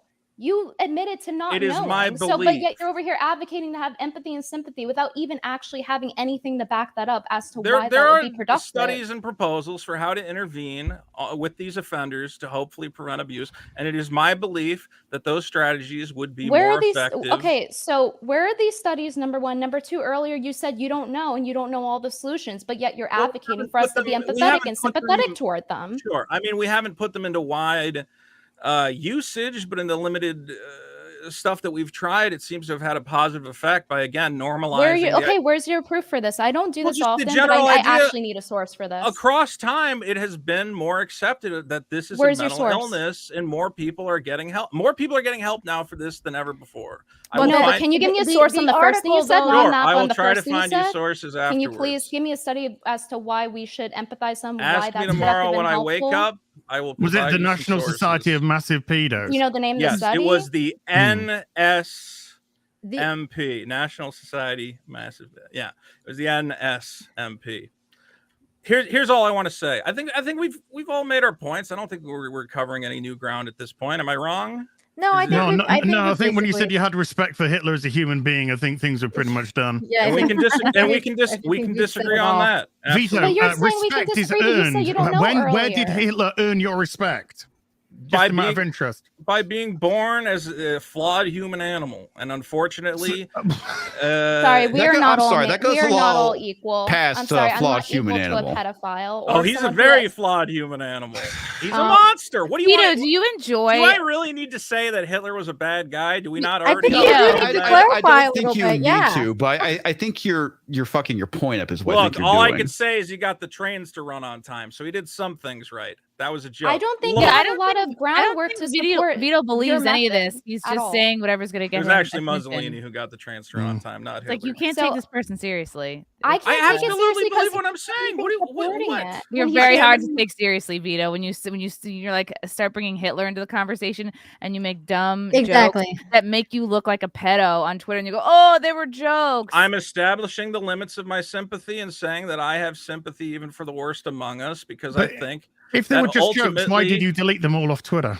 Right. Oh, I just deleted all my tweets because once a couple hundred people are taking you out of context, it's like, But they're jokes. But the whole point wasn't the jokes. Wasn't the whole point to be taken out of context? They're just jokes. Why? No, I don't want my jokes taken out of context. Well, hang on. You're saying people were taking your jokes out of context. So are you saying this post was a giant joke? No, because that was not taken out of context. Well, this was taken out of context, but that was not. What a hilarious joke. Was it or wasn't it? I'm confused. This is not a joke. Nothing here is a joke. No. This is not a joke, right? So this is where you're saying having basic empathy for non-offending pedophiles will ultimately lead to less child abuse. The fact that, and you've stated this several times now on this but he's provided no evidence as to why. Then yet goes for the nicest solution toward pedophiles to be the nicest to them, which I just don't understand. Well, I would ask you. It makes me have to ask this. Let me ask you something, Vito. Have you ever had, I need you to be honest, because everyone has thoughts and urges and such, like you said. Have you ever had the thought or the urge toward children, prepubescent children, in a sexual way? Absolutely not. So then what do you get out of defending them? I think, again, that this is a way of leading to less child abuse. And that is the ultimate goal. Based on what? Based on these studies and treatments that I've read about. And I'm going to ask you for sources on your idea that killing them in some, I don't know how you propose to do it. Because every so how are time you you would remove one you got from a good existence, study for how they you're would gonna figure not out? exist. Okay, I think you're gonna have a lot of trouble killing them all. But if you can give me a good battle plan, I think you're gonna have trouble treating done, them all, and it's not even effective, as you've pretty much implied. But yet we should be empathetic toward them, and based on these mysterious studies, which conclude that we should be empathetic toward pedophiles and that they can get help and therefore no longer be pedophiles. I think it's based on basically nothing. And you're just choosing to sympathize with them. I think we're going over the same ground. So let me just say what I was trying to say, which is I hope that you guys understand that I am coming at this not from the viewpoint of I want more children to be victimized or I want the world to make friends with pedophiles. I am coming at this from the perspective of someone who, and you can say foolishly and naively, believes that human beings are not beyond help, especially if intervened early and given early treatment before they become offenders. You're enabling them. That's the only, all I want, you can say, again, I've already said, you can say I'm naive and I'm foolish, but I would hope that we can come away with the understanding that Vito is not here to push a secret agenda to hurt children. I mean, I'm sure at least one of you believes that, but I hope that those of you who have actually listened to what I have said, where I categorically agree that we need to protect children, that child abuse is the most horrendous fucking thing you can do, and anyone who does it should be locked up, removed from society, and kept as far away from children as possible, that please understand that I'm just coming at this again from the pussy liberal standpoint of, my God, I want to save the world. I think that there is evidence that maybe we can do a little more good than we're doing, and you guys categorically disagree. But this is not, again, I'm not part of some conspiracy, as people are claiming, oh, he's out here to normalize it and make it a sexual orientation. Have I ever said that I want it to be it is not a sexual orientation. You are by definition. What do you need me to say? Because I think I've said it all, but I'll say it again. What do you need me to say on this topic to convince you that I truly care about child abuse? It's not what we want you to say, Vito. It's what you're saying. Yeah, you've already said it. I mean, what have I said that makes you think I want to hurt children? Well, the normal stance would be to have empathy with children. I do. Right. And because I have empathy for children, the normal stance isn't to have empathy with the offender or the potential offender and to live in some sort of bizarre dream world where you think a non-offender is just never going to offend. Or just readily turn up to a therapist's door or a policeman's door and go, hello, sir, I have pure thoughts towards kids. Never gonna happen. And you can say I'm naive and I'm misguided, but anyone who claims that I am attempting to promote the harm against children is a liar. I think there's two groups of people. We don't know. Nobody here is saying that. Nobody here is. There's two groups of people. Maybe no one here, and maybe no one here is saying this. And I hope that you aren't saying that. And I very much respect two groups of people when it comes to like pedo stuff. There's like fucking kill them, keep them away from me, and then there's a group of people that are like, well, now wait a minute, like that's what it comes down to. You're either in one camp or the other. Yes, exactly, Chrissy. And let's not be so harsh. And you got to think about why people feel that way. It's so that they can make sense of their own world. I'm in the camp of you know what, fuck them. I've drawn a line. That's where I'm at this point with everything, because again, you and I, Vito, we have a different definition. And maybe if you did read some of those books, like these psychology books that talk about psychopaths and why they're so different than you and me, then maybe you wouldn't have empathy for Hitler. Well, I think I might have bookmarked. Give me the name one more time of the book that you gave me, because I hope I bookmarked it. Write it down. I thought I did. I thought I had it open in a tab. It's called Without Conscience by Robert D. Hare. By Robert. Read it after the Hitler wasn't that bad book. Well, that book's really good. I'm working on that one right now. It's going to be a mini series. It's called Von Kamp. I respect Hitler for coming out of her vagina.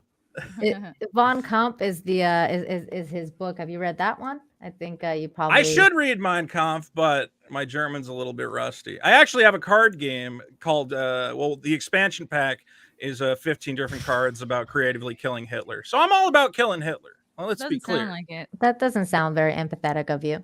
Well, Well, I thought you respected him, Vito. I'm very confused. Yeah, but I'm not gonna. I'm still gonna travel back in time and kill the Hitler baby. I mean, I'll tip my hat as I stab him in the face. But but see, this is where it doesn't make any sense. With the baby, then you could take that baby and have empathy for it and raise it and show it the goodness of you. Yeah, but who's gonna pass up on the opportunity to stab the Hitler baby? But you're not making any sense. This is where you contradict yourself. All right, I'm sorry. My joke is a contradiction. You guys forgot he's a hilarious I will not actually travel through time and kill Hitler if it. No.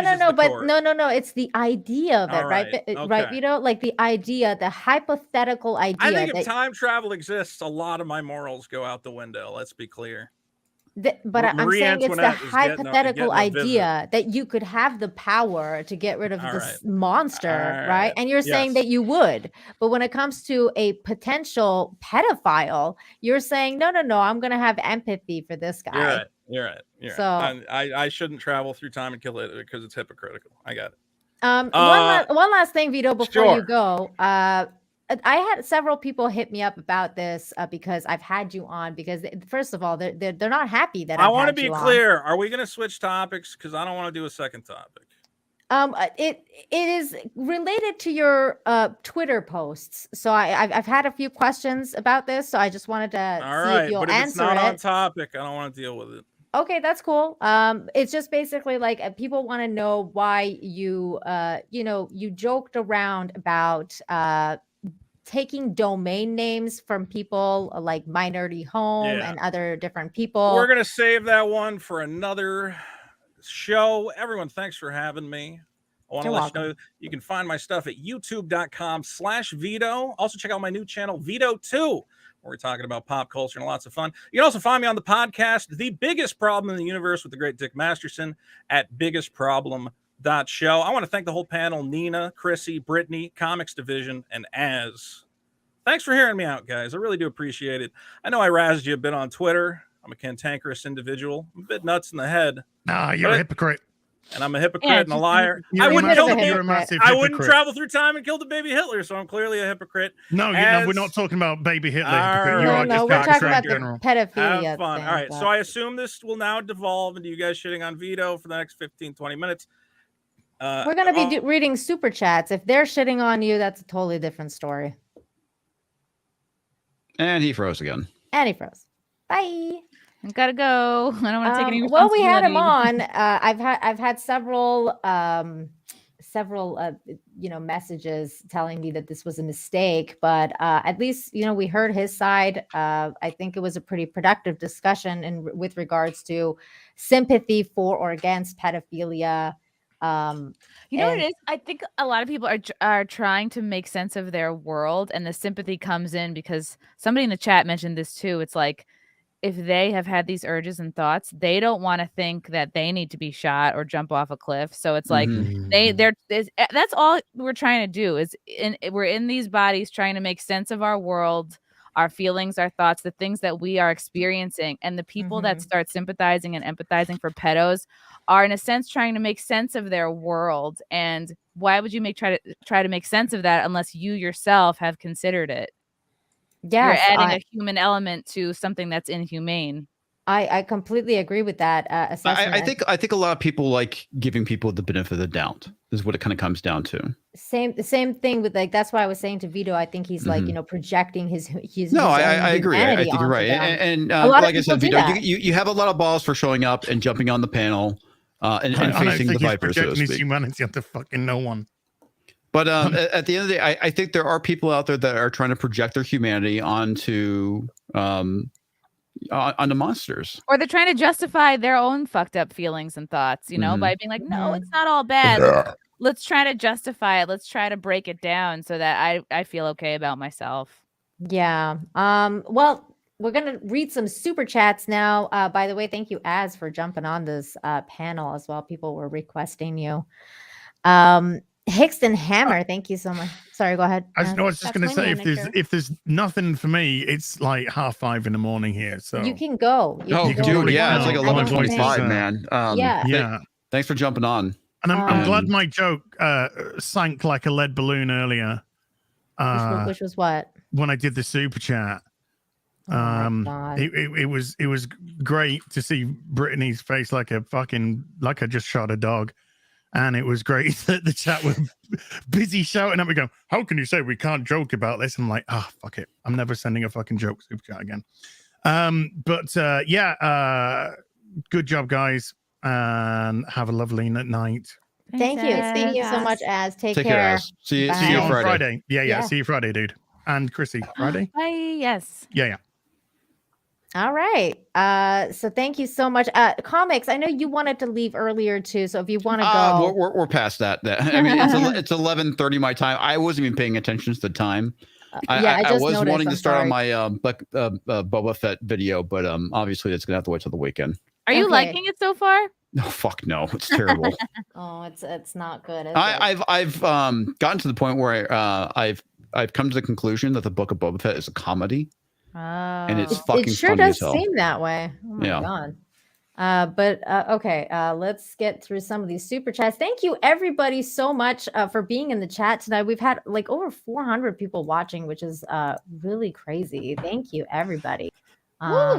So here we go. Hickston Hammer for 5 says, I do think we have the right to due process, but once the person is convicted beyond a reasonable doubt, then our conscience is now clear. I completely agree.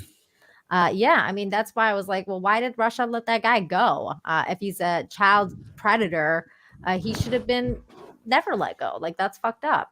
But it's like the whole thing where they talk about Rosenbaum. With the Kyle Rittenhouse case. It's like, that guy was a fucking pedophile. It's like, why did they let him out? If they never let his ass out, Kyle probably never would have shot him. Well, clearly he wouldn't have, because he wouldn't have been there. Exactly. Some people say Kyle was doing the Lord's work. Opinionated news guy for 2 says QAnon was right all along. Was it? I don't know. I don't think Trump was president. Just saying.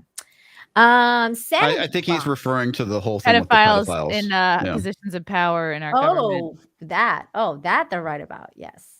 Sanity Clause for $50. Thank you so much for your generosity. Saying, sorry, Nina, I like you, but you are wrong. The system is not to protect predators. It is to protect the innocent in case predators get into positions of power in the system. It is meant to be slow, inefficient, and a dispersal of power. Follows it up with, thank you for another $5. Never give the state power you would not give your worst enemy, because one day they may be the state. That's ultimately kind of my point, right? And it's the reason why I say that due process is important. Due process is to protect the innocent. Yeah, and I mean, it is important. Whether it's being practiced is another story. That's the thing. Like the thing we read about the CIA agents. Like, is due process that's corruption. That has nothing to do with due process, though. That is absolute corruption, 100%. And this is the sad thing about government. It's the reason why we need to have less of it. Is because when you have less of it, you'll have less of that corruption. Yep. Right. But I'm just saying that I think less opportunities for corruption is less likely to happen because there's so much corruption. I mean, like, yes, sure. That's what I'm saying. Due process is I mean, like that is the basis of civil society, that you want to have due process because, you're innocent. There are plenty of people out there that want to get rid of it because, like I said, I brought up the instance when it comes to sexual assault. There are people out there that want that to be guilty until proven innocent, but that's not how the system works. It's like I can understand the frustration with it, but it's like, you got to think about yourself being on the other side of that. If you ever find yourself being accused of a crime, you want due process. Yeah, I mean, yes, but that's again what I'm saying is that it is the tricky thing about it, because I believe the system is so corrupt and it's designed this way so that criminals can get away with it. I don't think it's designed. It's designed to protect the innocent. What about the article earlier then that we were reading about how like the 3-letter government agencies were letting these but that's not due process, though. That has nothing to do with actually going through a trial by a jury of your peers. None of them were accused of anything. Yeah, that is an example of government corruption and them covering up for their own, I suppose. But has nothing to do with due process. They will never even get to due process because they're not even charged. That's ultimately the issue, right? We're talking. There's a difference between what we're talking about with government corruption and actual due process when somebody is accused of a crime. Well, and look, okay, and let's say, for example, in the case of Ghislaine Maxwell, who is prosecuted, right? And now she's getting her due process, right? Is the due process, like, you know, for example, with her due process, like, don't we have the right to know all the facts of the case? Don't we have absolutely. the right to know everything that's happening with that? Like, and we don't. And there's something to be said about that. So the due process there is not even working right, because it's not telling the people that it's working right. That I think you have to ask yourself, why is it not working? Is it because there are people in positions of power that don't want her to speak? Exactly. I mean, I think we're kind of like saying the same thing, really, but but at the end of the day, we're still talking about government corruption. And if there are people who are in positions of power within this country that are, you know, molesting children and raping women and et cetera, obviously they're going to protect their own. Yes. Yeah. So I mean, it is kind of a different thing. Is it? I don't know. It is. I mean, because what it comes down to is there's like I said, if somebody accuses you of a crime, you want to make sure. I just think it's two sides of the same coin. That's why it rarely ever occurs. Like, that's why with the Kyle Rittenhouse, right? Like the trial with that, it's abuse of the system. I think is what it's coming down to, which is Ghislaine Maxwell. It is. And you can say that government officials are potentially covering their own asses with that trial.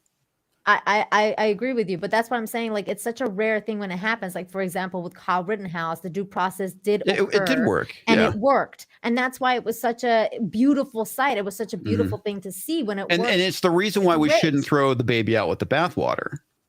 That I agree. I understand people's frustration that, you know, the whole point of innocent until proven guilty does lead to a lot of guilty people walking, and I do understand that frustration. But it's designed that way for a reason, and it's to protect the people who are not guilty. Yeah. Brittany Venti's boobs for a toonie says, "Wonder how many of these people were porn addicts." Oh, porn addicts. Well, yeah, the thing is with predators, child predators, is it links back to hypersexuality. So you can almost guarantee that these people are consuming material, as put it earlier. They definitely are. Yeah, here's a really good example. What Dustman brings up about, you know, again, the abuses of power. Look what happened with the people that were detained for January 6th. It's like, and again, we're talking about people that committed criminal trespassing, not treason, not an actual insurrection, criminal trespassing. Huge fucking difference. This is the one that you were referring to. Thank you for the $5. The people detained for January 6th being denied their due process by corrupted officials, and that's true. Then we had Matthew Hammond for $9.99. Thank you so much. Trump did not go to the island according to the flight logs. He went from Florida to New York on Epstein's plane once. He also banned Epstein from Mar-a-Lago after Epstein assaulted a female that worked there. Yes, I'm aware of. No, thank you for bringing that up. Just said, what you said, Matthew. That's why I'm like, it's very unlikely that he went there for the girls. I don't think he did. It's like I bring that up as like, if somebody did go there, I do feel that they need to be investigated. It doesn't necessarily mean I think that they are guilty of something. Trump also famously like booted Epstein from Mar-a-Lago because he was fresh with one of the like young girls that worked there. Yeah. And it's mentioned in the super chat. That's a very like, a lot of people knew about that. It was a very like public thing. Like, it happened in plain sight. Well, and the other thing too, I don't think Trump would go after these people if he was one of them. Yeah, I don't think so either. But I also think that the left wanted that guy gone so badly that if there was anything to be had on him, we would have known about it. That's the one guy they would have thrown under the bus. I also want to bring up Tim Flip's comment because, you know, you're right, dude. That's not just the he says the system corruption protects the powerful no matter the crime. I agree with that. Absolutely. I agree with not that just too. pedos. Yeah. Nesquick, thank you so much for the $5. Says, remember, pedos rarely offend just once. That is very true. That's a very good point. Yeah, if they offend, the thing is like going from offending to becoming an offender, or like non-offending to offending. Once they do offend, they will do it again. They usually repeat the pattern. Same thing with killers. People who kill once are very likely to kill again, and that's why, like, a lot of murders happen like that. I think it depends whether they are a killer or if it's something like heat the passion. When you Yeah, do something right. Stupid. Yeah. Right. Like I do know that the passion. guy that molested me did go to jail. I don't know for what, but obviously the guy had problems, and ultimately he committed some crimes, and thankfully ended up in jail. Well, thank God for that. Yeah. And also, I just wanted to side note, comics. Thank you so much for sharing that info with us, because that's really tough. Yeah, it's like it is. I mean, I didn't tell my mother until like a couple of years ago.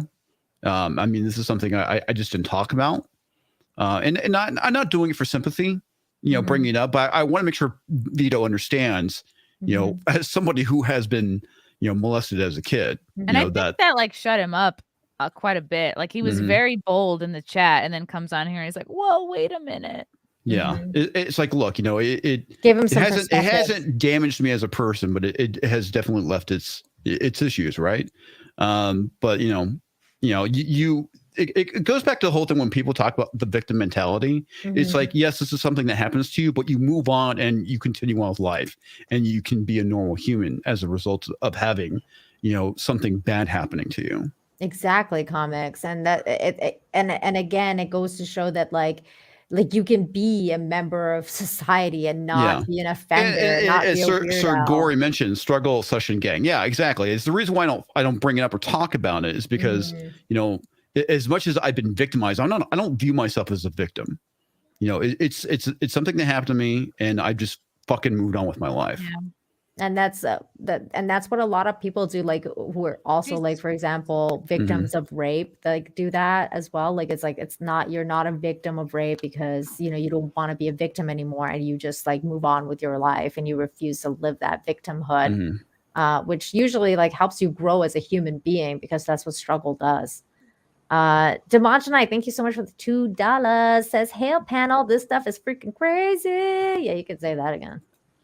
I feel like we started this shit. Like, you notice ever since like we were on the thing against Destiny on Lauren's Twitch channel, like this exploded, this topic exploded. Because it got a lot of attention, and now of course, like it's a quick way to get a lot of attention if you take the point of view of a Destiny type. It's like, and that's the thing is like you look at somebody who is okay risking on social media looking like a pedo or a pedo sympathizer. It's like you gotta wonder why that is. It's like you either have these proclivities yourself, or you want like a sick kind of attention for being the one who stands up for these people. It's not healthy.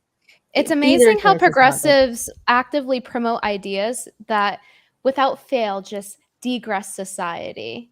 It's just a very consistent trend I've noticed. Like promoting empathy toward pedophiles does not progress our society. So it's ironic that progressives kind of promote this idea, because he said he was liberal. So yeah. Well, you're right. There is a state of digression when it comes to these things. It's like the whole thing, like we saw, fiery but peaceful protests. It's like wanting to call everything white. Regressive? Yeah, regress society or degress. Regressive. Regressive. Degress. Okay, go on. You get the point. Yeah, it's the reason why they're trying to say that the Constitution is white supremacy. Right. It's because they want to get rid of it. Tear it down so they can recreate what they want. Yeah, Brittany, there's actually a really good video society about in their that. image. Yep. Sorry, comics. Go ahead. It's okay. No, I mean, it's the reason why they're going after all these things. Entertainment is a really good example of this. Is if you can get rid of escapism, you can divide everyone further and further. Yeah, de-evolution is a really good one. But yeah, I mean, it's like we've made all this progress. We've ended some terrible things in the history of this country, and we're acting like it just happened. It happened yesterday. This thing is still going on. It's like, no, it's been over Earth. The whole point of progress is that, yes, it is slow. It's never going to happen at the pace that you want it to happen. And that's for a reason, because you can overcorrect on things. And that's what we're seeing now. But the overcorrection is being used to destabilize Western civilization. Yep. There's Brittany, what you just said, by the way, is like a really there's a really good video about this. It's this one right here. It's called How the Left Pushes Pedophilia. And we can watch this after like we listened to some of the super chats if you guys want, because this was I like that video. I didn't even think about some of the stuff it was talking about, and I was like, whoa. Oh my God. What's happening with my light? What is going on with your light? Dead mother is visiting me through my. It looked like it was a flashbang. You were like, oh. Oh my! Well, I don't want to trigger anyone in seizures in the chat. All right. My God, that's hilarious. I don't know what's happening. This light is possessed. Fuoco Suave for $5 says Gundam introduced me to Brittany and Vito, and this is super interesting. Can't wait for this crossover. There you go. Yellow Gash for $2 says, is Vito the chick from G4 that just melted down? Oh my God, my boyfriend is changing the light with his TV remote. How? Oh, that is funny. You. That's so point it funny. at the thing. Point it at the light. What the fuck? Oh, it's using the same wavelength. What the fuck? That's hilarious. Not my dead mother visiting me. Wow. This is really funny because my wife and I, we have a game room and we have 2 TVs and in the room because we both have PlayStations in there. And her remote will control my TVs and mine will control hers. It's pretty funny. Oh my God. Yeah. What? That's wild. I didn't know that was a thing. I didn't even know that. Yeah, that's crazy. Suck it for $2 says Vito, the map meatball. Hide your kids. Your wife's cool. Stop it. Thank you for the super chat. Bill Keller, thank you so much for the $6.99. Says, just the fact that we're having this conversation seriously means in 5 years we'll be having a debate about pedophilia. Probably. I think you're right, because it's heading there. It's just heading there. I feel like this is becoming normalized, and that's why I want to talk about it. It's the reason why they're trying to wrap it under it being a sexual orientation and attaching it to the alphabet community, right? Because the alphabet community got normalized, and that's how they're going to try and backdoor this thing. And that's what happened with the trans community. That's exactly what's going on, Chrissy. They want to backdoor this through this whole gender binary situation. It's the reason why they're calling it sexuality. It's like, no, they're wanting to fuck children. Exactly. I mean, it's like that South Park sketch when they're doing the whole thing with Nambla. It's like, you want to fuck kids. Yep. Yeah. Like, but we care and blah blah blah. So no, you want to fuck kids. Okay. No, there is no spinning this. There is no spinning. That you love kids. All right? But let's hear them out, Yeah.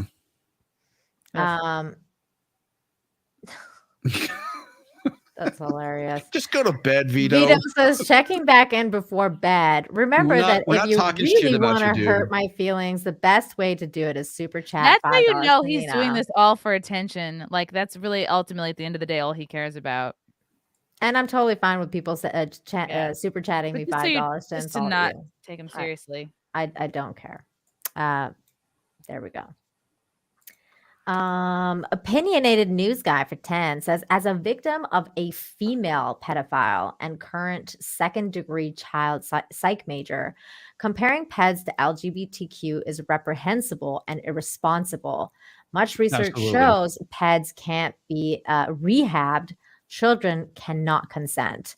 I agree with everything you said in this. This is exactly where my stance is. I don't think they can be rehabbed. I think they are without a conscience. I think they are not human, and I don't think that can be helped. Vito disagrees because we have a different definition of psychology and what makes a human being a human being. But that's I think it's important to recognize someone being the species, a human, and then having humanity for other people.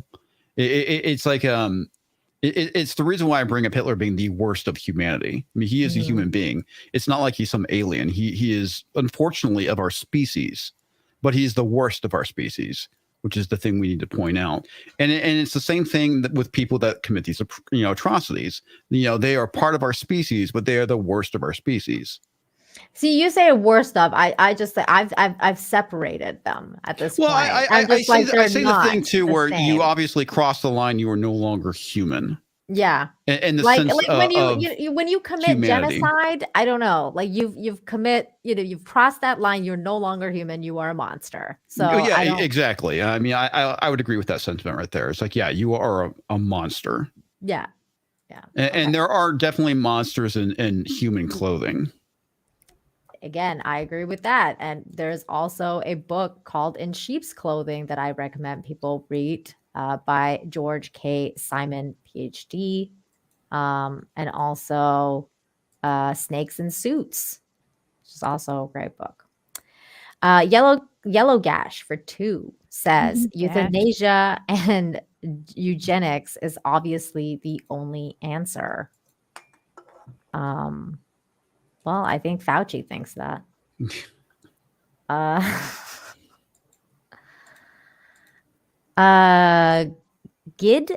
Guide 328 for 5. Why would we trust non-offenders, and who's to say these people who treat them aren't just another creep abusing their power to attack youth? And that's a really good point too. This is what I'm talking about. Like, for example, that the study, the original article that we were reading, one of the main psychologists on that, and one of the main experts on that, was raising all these red flags for me. And I'm like, well, clearly this person is could be a non-offending pedo that has worked their way into that industry so that they can do this exactly what is happening like right now, to normalize it, to destigmatize it, to give a new meaning to it. So that and use their knowledge of the words and to the vocabulary of psychopathology to basically try and one up everybody about it because they're so smart. That's, I don't know. I think that's something that is continuously being done all the time in places of power. I mean, look at everything. Like, why does Bill Gates have anything to say about vaccines? We still don't know. Yeah. Dustman Norge for 5 says destigmatizing is the first step towards them becoming a protected minority. There you go. Hey, I gotta address the comment. So push-ups 2345 says it's funny to think of Mr. Conservative Comics Division as the moderate in the discussion. What I get accused of being a conservative all the time. What exactly policy-wise makes me conservative? I'm very much a moderate, and it's like I said, when it comes to people on the left, I always get accused of being conservative. When it comes to people on the right, I always get accused of being a liberal. So I've always been labeled and stuff too. I don't even get all these labels. Like, who cares? Yeah, it's like, what? Because what makes me conservative? Because I'm pro First and Second Amendment. Yeah, pretty much. I mean, like, most of the time I'm like a liberal. Like, in that remember that stream that we were on that started this whole thing, Brittany and Chrissy? Like that night, one of the guys that you booted out, Chrissy. Like, oh God, yeah. Yeah, like that guy, he at the end he was like, "Oh, what are you?" And then he was like talking to me. He's like, "I don't think you believe in God. I don't think you're a conservative because you don't believe in God. You don't seem to have God in your heart." And I was like, how do you say, being a Christian does not make you a conservative, and vice versa? I'm not even Christian, but I believe in God. Like, what the fuck? Like, how do you even go from one thing to another when you talk to someone for literally 15 minutes? Like, you just and then you start labeling the person as if anyways, opinions don't even fucking matter. Being small government is a libertarian idea. That's what I am. I'm a libertarian. I'm more of a libertarian too than anything else, but I know it's also popular conservatives, but that really is more of a libertarian value than anything else. People are saying, Brittany, wake up. Brittany's awake. She's what? Her eyes are open. Does she sleep with her eyes closed or open? Is she one of those weirdos who sleeps like this? I don't know. No, we read that one. I thought they wanted women to talk less. I thought it's just sit there and look pretty. I thought that was my job. Oh my gosh. Okay, hold on. Trying to go in order. Dave Grummels for $10 says equating pedos to something like alcoholism normalizes it to the same level. We'll just have another week of bringing them off or binging. Then I'll find help. Dangerous mentality for this problem. Absolutely. And this is what Chrissy talked about, like these weird, pedo talking points and how they relate it to alcoholism or having a gambling problem or something. For me, like I said, if they could fix the problem, yeah, that'd be great. I would love for that to happen. I don't see it happening though. I don't. I legit I don't see it happening. I don't either. Do you ladies see it happening? It fixing? What? Oh, fixing? No, this is all just noise to get it more culturally accepted. To we gotta lessen the stigma. No, that actually turns out to lessening any kind of I don't know, punishment. I think. What's the point of lessening stigma? It's not so they can get therapy. They can get therapy just fine right now. Just fine. Yeah. It's to lessen punishment. Yeah. I agree. And policymakers, make all these policies. That's the other thing that I was going to bring up is that isn't it interesting that, like, for example, a couple months ago, I think it was in California, they wanted to, lower the age of consent to like 14 or something like that. And this is what they're going to do because these policymakers, especially ones that are like pedophilic, that make it to places of power like that, they'll want to bring down the age of consent to like 12, and then maybe, I don't know, maybe even lower than that because they're pedos. And they want that to be okay. Yeah. I think we should stop humanizing people that aren't human. I think to be human, you require empathy because that's our humanizing trait. So that's my opinion. I don't want to go down the anthropology route because I have an anthropology degree because, typically when I bring certain things up, people think I'm defending it. It's like, no, I'm not. But there are certain cultures that are different, have different values than ours. Japan's a perfect example of that because I think their age of consent is 14 as well. But there are other cultures Canada's 14 too. Yeah, there are cultures out there that and this stuff is to me it's fucking creepy. But you literally have like men in their 60s and 70s marrying 12-year-olds in certain tribalistic societies. Yes, you do. It doesn't make it right or correct. Yeah, that doesn't mean it. Obviously, it violates our values. I think we should be evolving soil isn't past that. Yeah. Did you say so is magic? I said the soil isn't magic. Oh. Yeah. But yeah, obviously, there's people who had it way worse than I did. Like, Baba Yogi. I mean, shit, dude. It only happened to me twice. I can imagine it going on for 6 years. That's terrible, dude. Yeah, says Bobo Yogi, thank you so much for the $10. As a victim of a social club called NAMBLA. NAMBLA. Called NAMBLA. NAMBLA.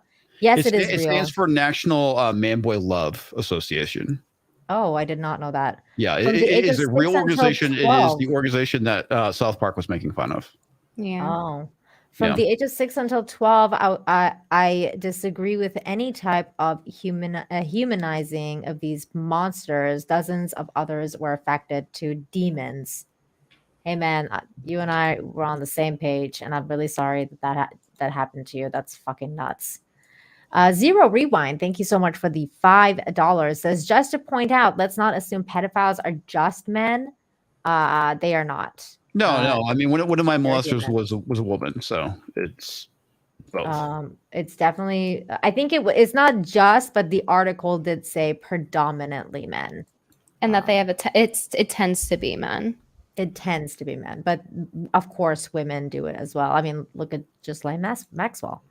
Yep. The Dick Show for $5 says women wear makeup to look underage. They don't wear makeup to look underage. They wear makeup to look youthful. There's a difference. No, I wear makeup to look like an older whore because I thought that's what men found hot. Older whore. Yeah, mature is the nice word. I don't think women wear makeup to look underage. That sounds really weird. I feel like makeup makes me look older, if anything, because it like makes you look more womanly. Like especially if it's like very not as natural makeup, like you can kind of see some colors. That's why younger girls wear makeup because they want to look older. They want to look older. Yeah. So I agree with you. I think it makes me look older too. That's not a good thing. I want to look older. Neckbest for 1999 says society has a moral obligation to protect children at all costs. Society should not accept this behavior nor tolerate it. Anyone being sympathetic to this or downplaying it to just a sexual orientation is evil. I agree with pretty much everything you just said, because it's not a sexual orientation. People who are trying to do that are trying to justify evil. Or they're trying to rationalize it. I don't know. Or trying to rationalize it. Or what Chrissy said, some people have some inklings that they want to rationalize for themselves. Heel versus Babyface for another 5 said, how do you think non-offending act upon their urges? Oh, I think we already read this one. Yeah. Dan Halen for 5 says, I think it's absolutely no surprise that Vito rhymes with pedo. Oh, God. Interesting observation. That was an interesting observation. RXI for $1.99 says, as seems a little sus to me. I don't know why. I don't know what that, why sus. Morgan Babcock for 5 says, the difference is irrelevant. These people are the worst kind of humans and should be treated as such. I agree with this statement. I don't think they're not human to me. They're not human. I literally value animal life more than I value a pedophile's life. And the distinction of non-offending to offending, it really seems like in all the cases it's used, there's no point other than to harbor sympathy from people. So I don't think there's a point in these conversations to make such distinctions. Like it's not really that relevant other than trying to get sympathy. Agree. And RXI is there's a marriage proposal here for $1.99. Dude, you're gonna have to step up your game if you're gonna ask a girl to marry you. He didn't even spell my name right. Wow. You're going with the pedos. That's it. Oh, damn. Morgan Babcock for another $2 says, disown the person immediately and commit them. I think this is in reference to when Vito was asking, what you would do if you had a pedo that came to you and said, I have these inklings, what should I do? Oh God, I can't believe this. Some of the stuff I can't even believe we have to actually discuss, and then there's a difference of opinion on it. Leo Shock for $5 says, interesting debate. It's pointless to put yourself in someone else's shoes with your current mind, ignoring the underlying philosophy and implications. I'm not sure if that's a reference to me or Vito, but I guess so. Ben Richardson for 5 says, the SEC, a non-offender. The second non-offender because an offended someone's child just died inside. Get the fuck out of here with the differences between the two. I think he's talking to Vito. I think he was talking to Vito, yeah. Dave Grumbles for 10 says, we're forcing kids to get jabbed to protect society. Seems fair to force a chemical castration to adult peds to protect kids. Yeah, unfortunately, that doesn't protect kids because they will use objects to offend. Apparently, which is ultimately the unfortunate thing. But at least that would be a better solution than just feel bad for them and tell them to go. Yeah. I mean, at least you're trying something, right? At least you're trying something. The other one is like ineffective and empathetic. It's like, why? Yeah. At least you're doing something. Tyrannus Cygnus for 5 says, hail, Lord Asman. Thanks for joining the panel. Can't forget the lovely ladies. And comics, dude. Thank you so much for that $5. J Fort for 10 says, in defense of comics' due process argument, the family courts are terrible. There are many dads that lose custody of their kids and go on a list because mom coerced the kids into saying they were molested. Ooh, yeah, that is. Yeah, I've seen stuff like that. I'm not going to go into detail, but I have seen that. I wouldn't say excuse, but people try and use that. It's very unfortunate. Yeah, the family court system is pretty jacked up. Obviously, it does favor the mom over the dad, and that's obviously an issue for another topic. Especially depending on what state. I mean, California has. You have to be a real fuck up to lose your kid if you're a woman. I'll be honest with you, and I've seen it with a friend of mine where he went through the court system, and she ended up left him and the kid to go shack up with some dude, and like 5 years later came back, or maybe it was 2 years. I don't remember. And basically went to court to get her kid. And she lost, thankfully. But aren't women usually the primary caretakers? And I remember seeing somewhere that most kids want to stay with the mom too. They do. When my parents divorced, I wanted to go with my mother. But there's obviously times where I think that the father is more fit. And let's be honest. I think dads get kind of screwed when it comes to divorce. It seems like a lot of dads don't want the kid, though, at least on the statistic that I read at one point. I don't know. I don't know what the statistics are. I have known people or dads that do want their kids. And, I'm sure there are probably people out there that don't. And they're an inconvenience. But I think that's probably more a stereotype than anything else. I think fathers actually want to be in their kid's life, especially if you're a father that gives a shit about your kid. I just think that I especially in the States, I think the States depends on what state that you have a custody battle in, because Texas I know California is like really fucked up. So California is also really bad. Yeah. But I know, like, for example, in Canada, like family law is also really fucked up because it's always about the mom. It's never about the dad in Canada as well. So I noticed, Mr. Bateman, that you said I missed your super chat. I'm going in order. If it's this one, I'm going to get to it. And you asked in this, bring me on so I can debate better than Vito. All the cholesterol went to his head. Linus Turwell 8790 on Discord. I don't know who you are. I barely know Vito, and I was barely comfortable having him on the channel. So I'm not gonna just randomly send out invites for people to come on. I have a few. I was looking up in my documents for the source for this. I have a few different ones. So there's one that says fathers who seek out custody obtain either primary or joint physical custody over 70% of the time, which I'll link in a second. And says abusive fathers are also more likely to seek custody, which also might be a motivating factor for why they give it to women. And men who seek custody are more likely to receive it. So I'll link all those. Yeah, I definitely think that fathers that are abusive, obviously, they want to have control over their children. Yeah, so that obviously makes sense. Here's that one. If you want to link it in the description or anything, Nina.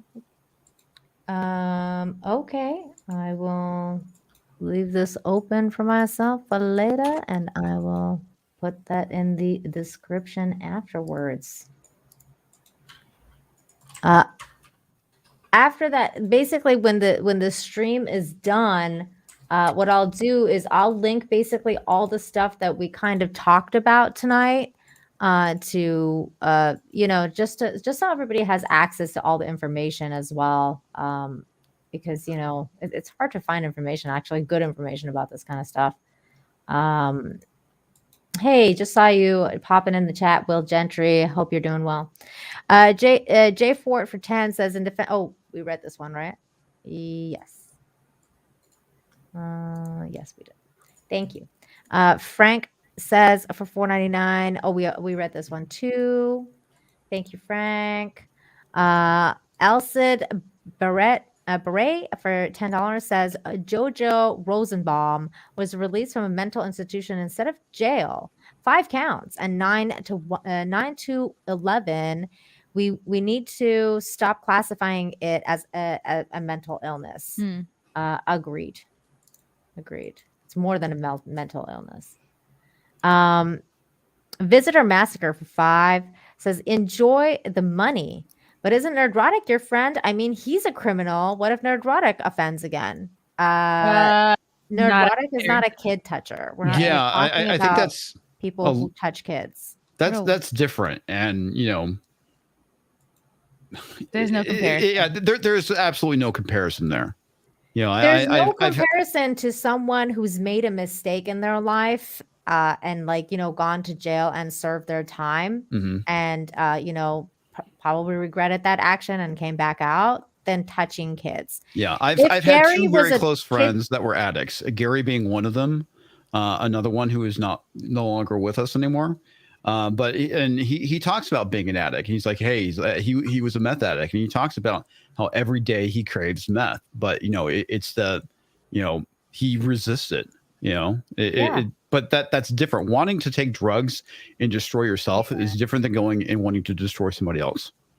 Yeah, I 100% agree, and it's just not the same at all to do that. If Gary was a kid toucher, we wouldn't be friends. Yeah, we would not.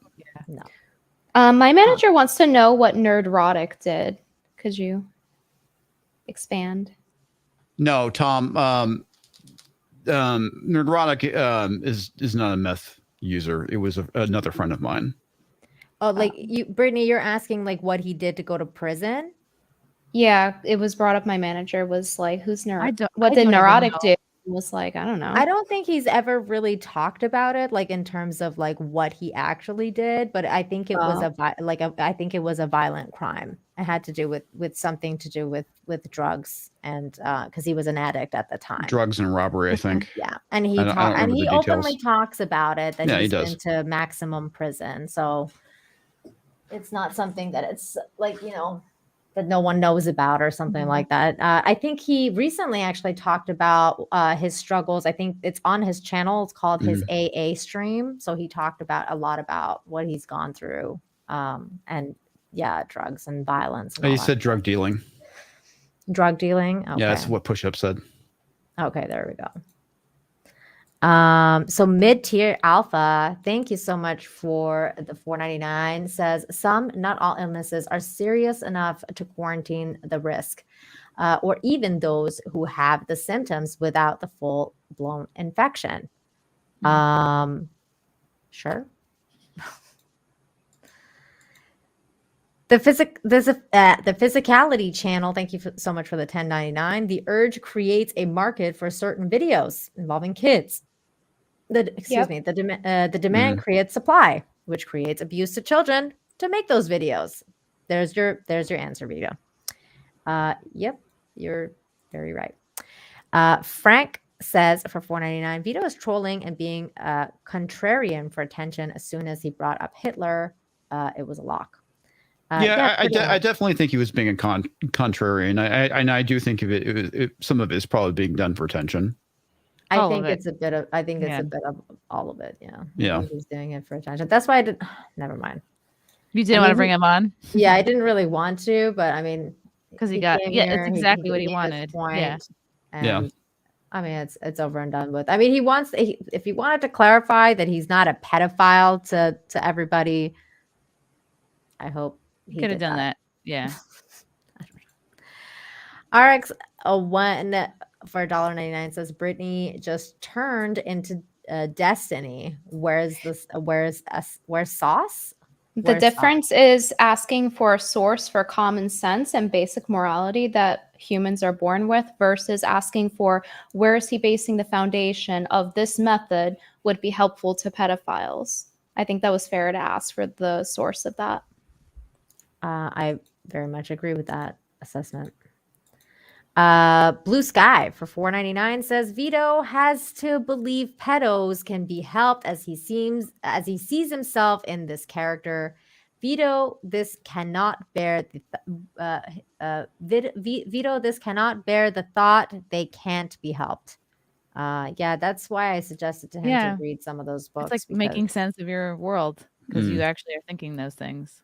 Yeah, I mean, it's something that it's unconscionable for me to even think about that he would be going through Like, that. why would you risk your public persona being like, why would you even risk people seeing you as a pedo sympathizer? It's not worth the risk. Yeah, I don't know. It's definitely not worth the risk for me. I would never want to be known in that camp, like ever. Oh yeah, for sure. For any form of attention, I'm like, I don't fucking give a shit. Well, I mean, there's certain things that you just can't defend.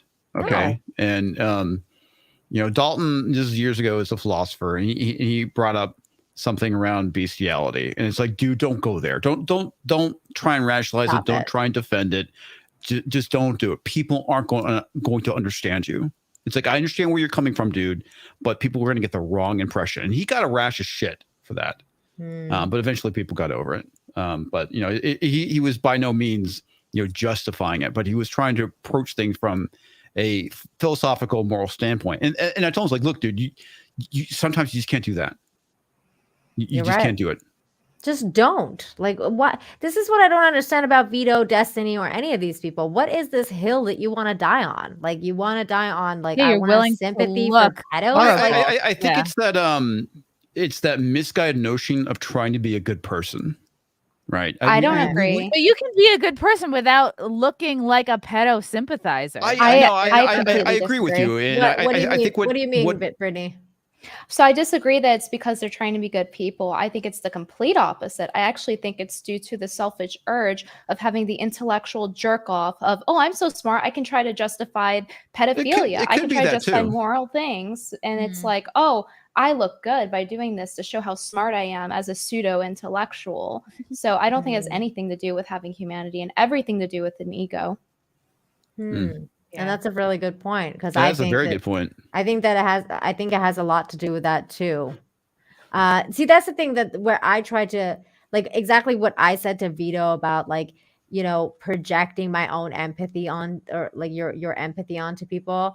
I think I did that a little bit for Vito tonight, because at first what he was saying, like, it felt like he was being genuine, and he was like saying that, like, he's trying to, like, you know, really think that, like, how can we help kids, you know, and he's going about it, in my opinion, in a really misguided way, and he doesn't really actually believe that psychopaths exist. And then at the end of the day, like, you know, he came out and said that whole thing about Hitler, and I was like, I don't see, this is when you conflate issues, and well, part of it is that he was trying to deflect with humor, and it wasn't working. I do think it is a good thing we brought him on, because it gives him the ability, we're giving him the rope to hang himself by letting him talk. True. And he did that. I think that's the reason why I think it is important to let people talk about this stuff, because you're going to expose their bad ideas for what they are. Well, especially when he talked about Hitler and having respect for Hitler, it's like, where are you, dude? Why? Stop it! No, I don't know. I wonder if that was a trap that he was. I think he was trolling. This is where you can't. Yeah, it's either it's a trap or it's trolling. Yeah, it's crazy, and that's why I can't, like, you can't take those kind of people seriously ever. It's like when you're in a middle of a discussion, you're having a really, you know, hard topic that you're talking about, and all of a sudden you want to, like, you know, joke around and make this really weird, awkward there's a time and place, right, to joke around when you're having a serious conversation like this, and you're trying to joke around and deflect a little bit. It doesn't look good, or it doesn't help your argument, because you have to, when you're having a serious debate, you have to be serious. It's like, look, I don't care if you made the edgy jokes. You know, it's like, I like I said, it to me, it kind of came off as the same thing as James Gunn. You're trying to be an edgy boy. All right. It's like, I'm not offended by it. I don't care. But you can understand why people would be offended. And I'm not saying that, you know, he should be barred from making stupid, edgy jokes. Same thing with James Gunn. Yeah. But, I mean, nobody should be barred from it, but it's just, of course. Yeah, but for me, it's not something I would joke about. Yeah, for obvious reasons. Looking like a pedo sympathizer. Exactly. Is that really, is one joke worth the risk of looking that way? Probably not. No. Slosher for 5 says, does Vito's logic also apply to people who have a desire to be serial killers? Probably. Because why not? Right? I mean, if it applies to touching kids, I don't know. Yellow Gash for 2 says Vito relying on semantics, sentience versus humanity. Agreed. I think a lot of it was semantics. The Dick Show for 5 says I love Comics Division. He's like a badass Gary Glitter. Who's Gary Glitter? Porn star? That sounds like a porn name. Chrissy, you would know this. Yeah, who's Gary Glitter, Chrissy? I don't know that one. Can someone look it up? Mr. Grant Gregory for 5 says Vito said urges don't hurt anyone, like sharpening a knife before committing a crime with that knife technically never hurt anyone, but it's a prerequisite. Mm-hmm. I think there's a link. I think one's not really that far removed from each other. You can't really disconnect it fully. Mm-hmm. Yeah, I think it goes hand in hand. That's what we're saying. It's all like it. It's like 2 sides of the same coin, right? Gary Glitter looks funky. He has gloves on. He's a glam rocker. Wait, is that the image in the DuckDuckGo? What am I looking at? Yeah, it's just like a search of the images. Oh God, let's see here. Well, it is coming from the Dick Show. Go, Chrissy, go. Oh boy. Yeah, it looks just like him. Yeah, wow. Totally. Chrissy, go if you want. Go. Okay. We have a bunch more. There we go. So Bobo Yogi is saying Gary Glitter did a song in the 80s that got attention, later jailed for being a pedo. That was an insult. Yeah, I kind of figured from the Dick Show. Oh, damn. That's mean. Yeah. Morgan Babcock for That's 2. why he dressed like that. He dressed fun for the kids. Oh God. See, there was actually a lot of stuff that I had like brought up, and then Vito came and kind of crashed the party. But there was like this whole thing about like the drag queen that it turns out that they're like a pedophile now too, like that they go to the kids and they read books to them and stuff like that. So that stuff is all it's all like it all goes hand in hand. They're trying to get the kids young. Morgan Babcock for 2 says so that this guy actually has a following. How? Hey, he's got more subs than me. Nubian Tesfai for 5 says great job, Brittany. I love you. I know. Aw, so sweet. I love me too. Oh, I also love you, Brittany. Yellow Gash for 5. Notice I just said thank you and not I love you too. That was like the worst response to an I love you, especially if you get it from a dude. I'm just telling you. Yellow Gash 5 says projecting your humanity onto something you don't understand is like trying to anthropomorphize. I can't read it. Anthropomorphize. Thank you. Human traits on a creature or alien. Yes, this is all true for me. This is abuse. You guys are making a woman read words like anthropomorphizing. I can't read anymore. I just decided. I'm just, like make the man do it. I know. Yeah, sure. Make the dyslexic do it. Oh my God, is that true? I didn't realize that either. What? Dyslexic? Yeah. Yeah, I didn't know you had that. Okay. Okay, that's done. Vexquell for 5 says Vito, the ultimate empath. His empathy knows no bounds. Me as an empath.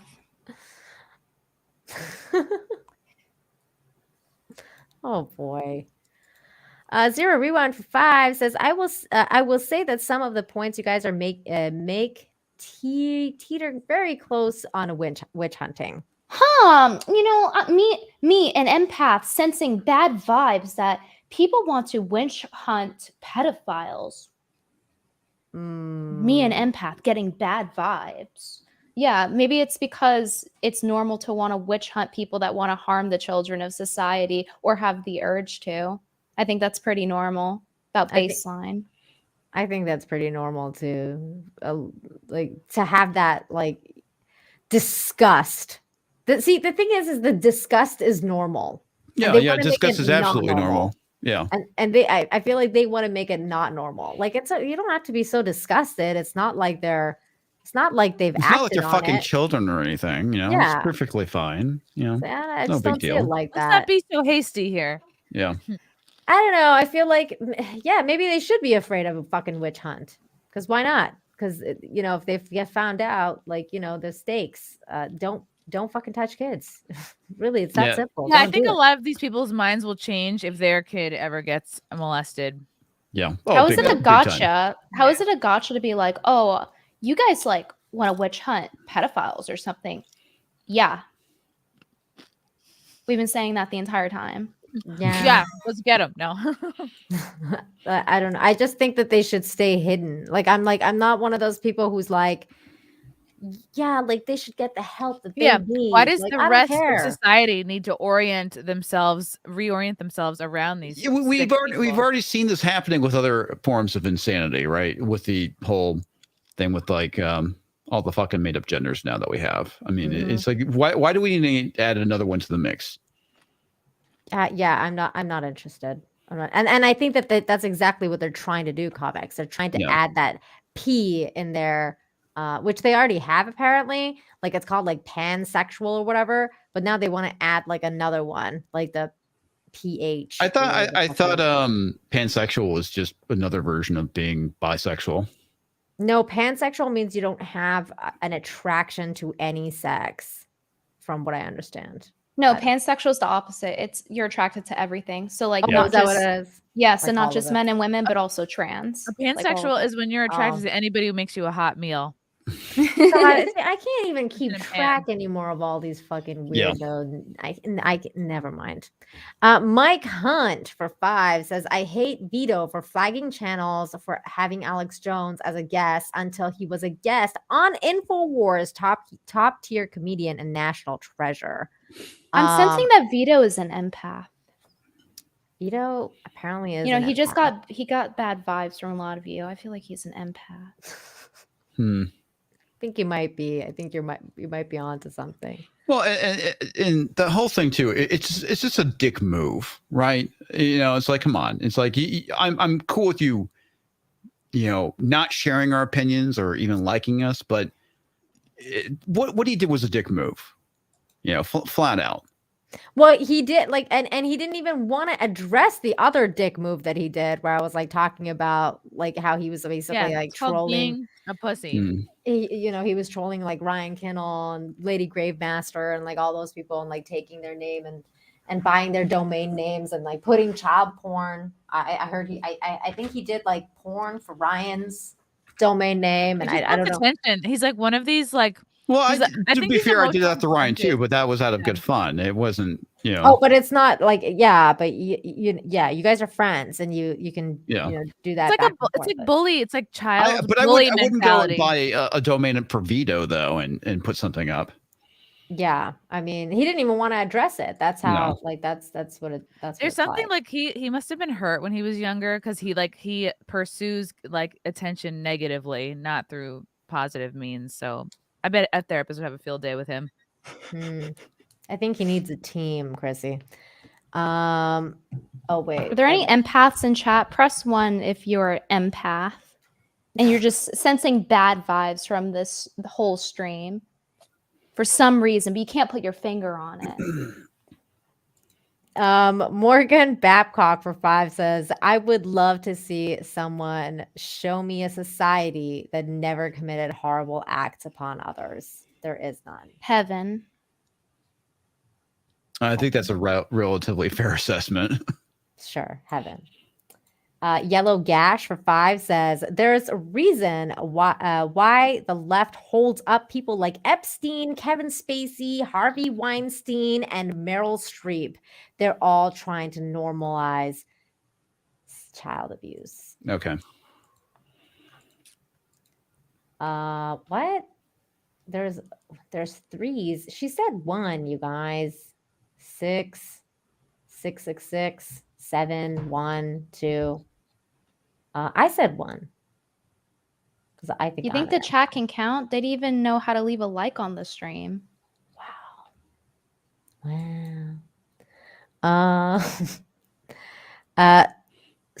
Sukotsu to clone? What? Sukotsu clone? Clone. 5. If Hitler's worst, who is second worst? Stalin. Your mom. Pol Pot, Stalin, Lenin. Name a communist dictator. Yeah. I like Brittany's answer. Your mom. Very to the point. Mike Hunt for 5 says another $5 because Vito asked me to. Shout out to Amanda Hug and Kiss and Sadie N-word. Sadie. Yeah, N-word? shout out to my homie Sadie N-word. I love her. Shout out Sadie N-word. She really gets around sometimes though to the wrong people. God, what a slut.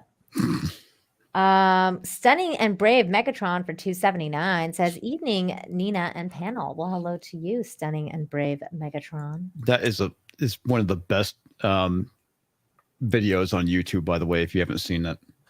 What, the stunning and brave Megatron? The Transformers. Oh, the trans, yeah. That's where Stunning and Brave Megatron's from. That's great. Visitor Massacre for 5 says Vito said $5 more.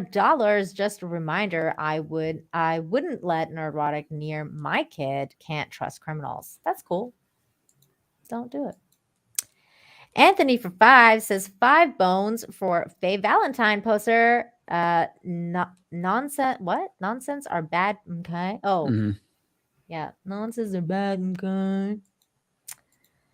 Dustin, what? Dustman Nora I can't pronounce names. We've talked before. Just calling him Dustman's fine. Okay, Dustman, thank you so much for the 5. Says the fringe ends of the political spectrum demands ideological purity. Most normal people are a collection of opinions. Damn straight. That's true. I have to go get my Mackie cheese, so I have to go. Thank you for inviting me on. Thank you so much, Brittany. It was really nice to have you on and talk about everything tonight. Please tell everyone where they can find you before you leave. You can find me in your dad's bedroom, but also on YouTube under Brittany Venti and Instagram and Twitter as well. And if you want to join my Discord, it's through Patreon where we have community and we talk, kind of like how you guys are doing in chat, but it's like even more autistic. So you should join. It's a real fun time. Anyway, I'm going to go eat my Mackie cheese. Okay, have fun. Bye. And also, I just want to let everyone know I'm getting bad vibes from this Hitler guy. Me, an empath. I'm getting bad vibes about this Hitler guy. I don't know if anyone else relates. I totally relate. I'm getting bad vibes too. All right. Good night, guys. Bye. She's lovely. All her links are in the description, guys. Please make sure you're subscribed. Yellow Gash for 5 says eugenics. You have to breed the gene out. Forced evolution is the only way to get rid of the problem. Ooh, that's maybe. That's Bill Gates in the chat. Yeah. Yeah, Fauci. Sarcastic Gamer for 5 says post-Christian nation without a moral authority, there is no right and wrong. Only preferences. Yep. We are watching that play out. 100%. Yep. I think we're watching the decline of Western civilization at this point. I mean, I know people have been saying that shit for years, but it's like I really think you're seeing an active push to destroy it. I know. I always thought that was a thing that old people said, and now we're saying it. I know. I feel so. Well, considering I am now an old person. No. So. I'm totally one of those people now. Like I don't get anything anymore, and then like I'm old. I don't get it. Well, I mean, there's a lot of shit. It's like I feel the same way, particularly when I talk about the Great Reset, and it's just like. I used to make fun of conspiracy theorists and people who were talking about the New World Order, and here I am, an adult. I would say an adult. 20 years later, basically saying this shit. It's like, But it was a little different in the 90s when we're talking about the NWO and. It was cool then. It's different now because they're fucking telling us that they're doing it. I mean, yeah, it's I mean that's why I called it the same old world order. It's been around forever. But it's funny that you say that, comics, because I've been a conspiracy nut for like over 20 years. So I just wear it as a badge of pride now. I never really like thought any different. I was always crazy.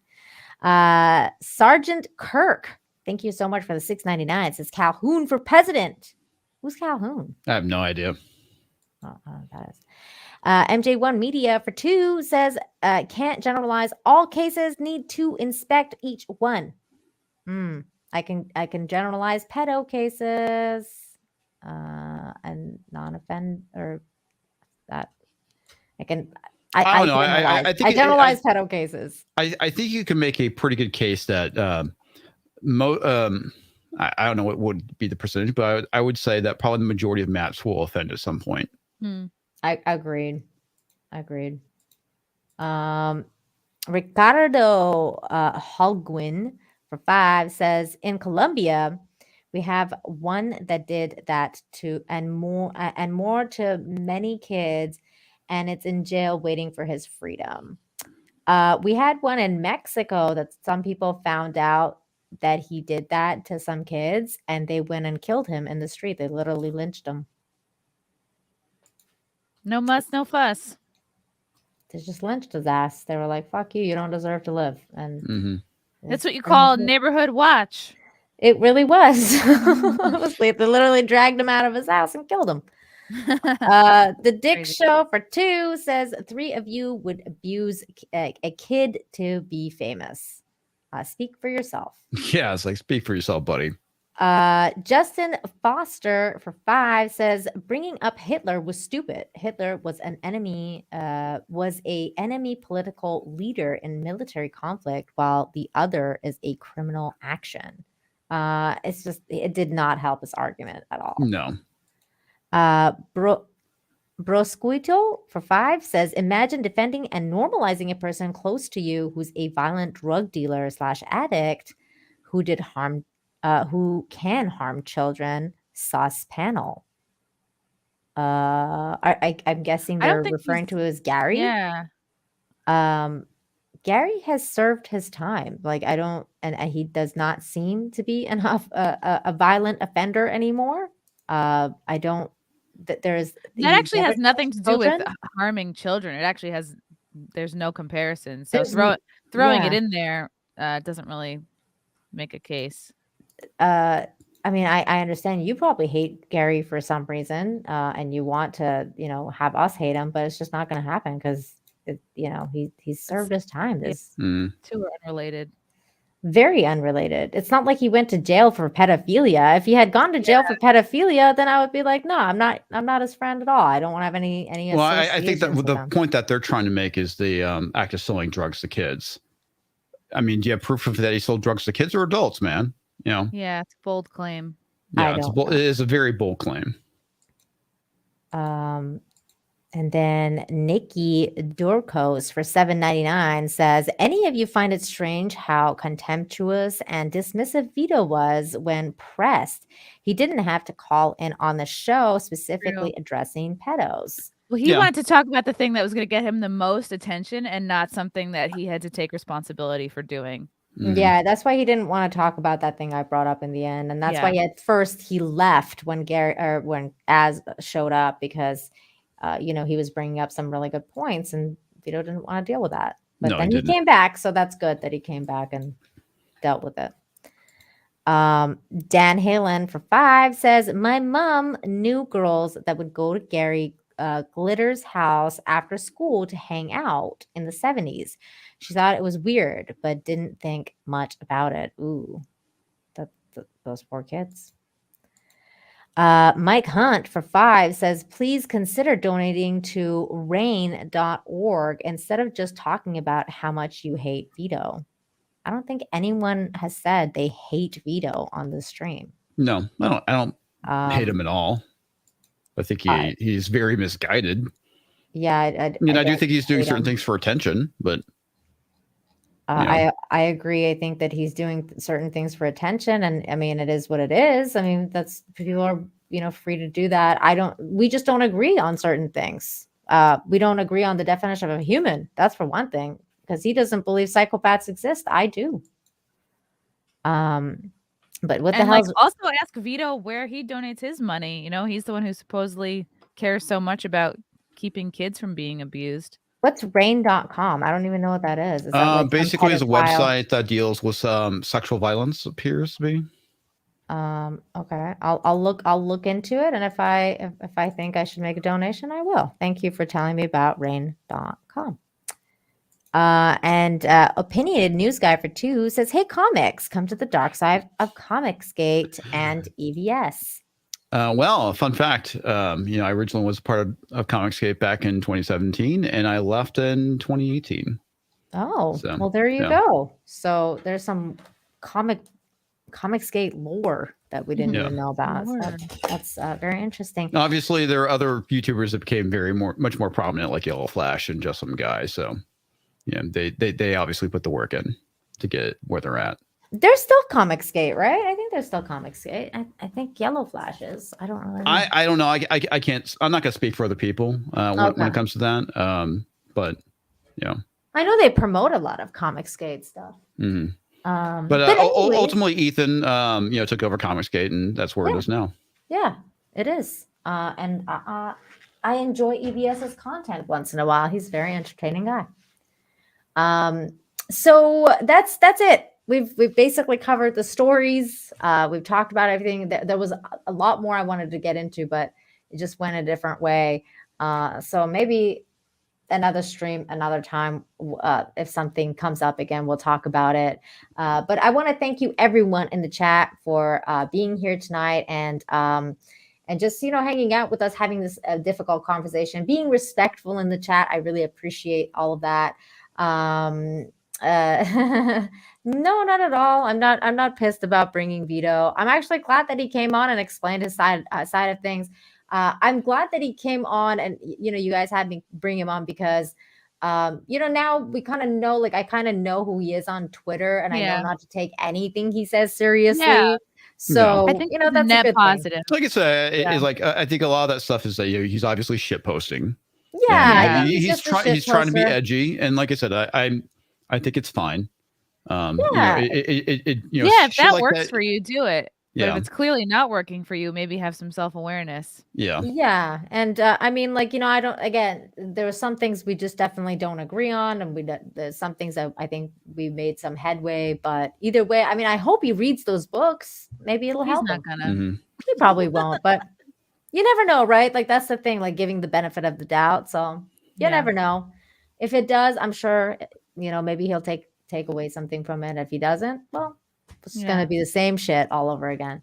But Chrissy, thank you so much for coming on tonight. You're always like so lovely to hang out with, and I really appreciate you being here and adding your voice to this conversation. Yes, it's definitely a very hard, like, not fun conversation to have, and it sucks that this is even something everyone has to consider. Yeah. Like, let's go back to when, honestly, how many of these people are we actually dealing with in our population, and why do we all have Isn't that such a scary thought? Like, I think about that Yeah. sometimes. I'm like, ooh. It's crazy. But thanks for having me on. It's good to talk with all of you. Check out the Chrissy Mayer podcast on iTunes, YouTube, Spotify, SoundCloud. Follow me on Instagram at Chrissy Mayer Pod, Twitter at Chrissy Mayer. I just recorded an album. So when the details for that are out, I'll let you guys know where you can pre-order and things like that. I'm working on trying to maybe get it on vinyl. Yay.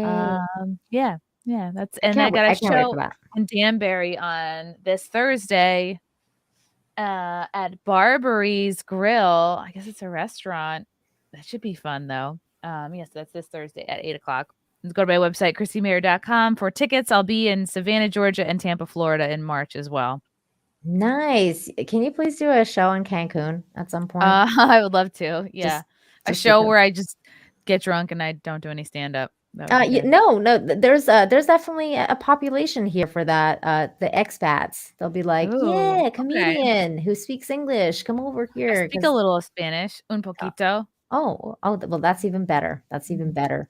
Comics, thank you so much for joining us tonight. You were only planning on being here for an hour, and then ended up being 3.5 hours. So thank you so much. Yeah, well, shit happened. And, it definitely went. I didn't expect it, but thank you again. Please tell everyone where they can find you.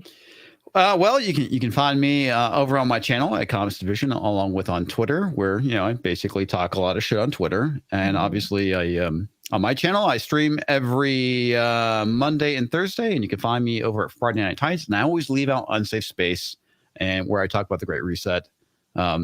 Unfortunately, my content is going to be a bit delayed this week again, but I think it was a good discussion and a very important one that we need to talk about. So, thank you, Nina, for inviting me. I'm actually glad you invited me because I could kind of give my perspective of somebody who was on the receiving end of this. Which I didn't even know when I it brought a lot of like I said, I casually mentioned it, but I've never gone into any detail. Yeah, right? I didn't know trying that, to make a big deal out of it. I only brought Comics Division on because I wanted to have a male voice, so that we're not all. You picked the right one, I guess. Yeah, wow, it just happened to me because I also really enjoy your demeanor. That's the other reason I brought you. You're very soothing. I feel soothed by you. Yeah, you're very stoic. So like you just have such a energy about you that's very stoic and confident, and you know what you're speaking about. And I really love how logical you are, and you look at all sorts of you try to look at the whole picture. I do try to see that, and that's the biggest thing that I think we sometimes when we get wrapped up in an issue, we only focus on the issue and we don't look beyond it and look at the impact that it could potentially have for the rest of society. Exactly. It's something, and I know, Justin Guy's a bit of a contentious figure sometimes, but he's spot on when he says that you got to think more than 2 steps ahead. Or more than 1 step ahead. We really do. Right. If this is allowed, what else will be allowed? Yeah. Exactly. And on that note, please make sure you're following the panel. Again, I thank you, Brittany, for coming on. Thanks, Vito, for dropping on by. Yeah, everybody's information is in the description. I will be also linking the articles that we touch upon, and especially some of the ones that Brittany talked about in the statistics, because we want you guys to have the full information, so you have access to it as well. So again, thank you so much. As for me, you can find me here on my channel on Friday, right before Friday Night Tights, about 2:45 Eastern, where I'll be talking about good news and good topics and positive information, which will be drastically different from this stream. But we sure could use it. I could sure use it after this, and reading some of the stuff I've been reading about. So if you want some lighthearted news, good news stuff, and get your hope back for humanity, come and hang out with me for Infinite Hope at 2:45 Eastern on Friday. Thank you again, everybody. Mods, especially you guys, thank you so much for taking care of the chat and all the craziness in the chat tonight. And thank you, everybody, for the super chats and everything. Please make sure you're subscribed to everyone, and we'll see you next time. Bye. If I can find my outro. Bye.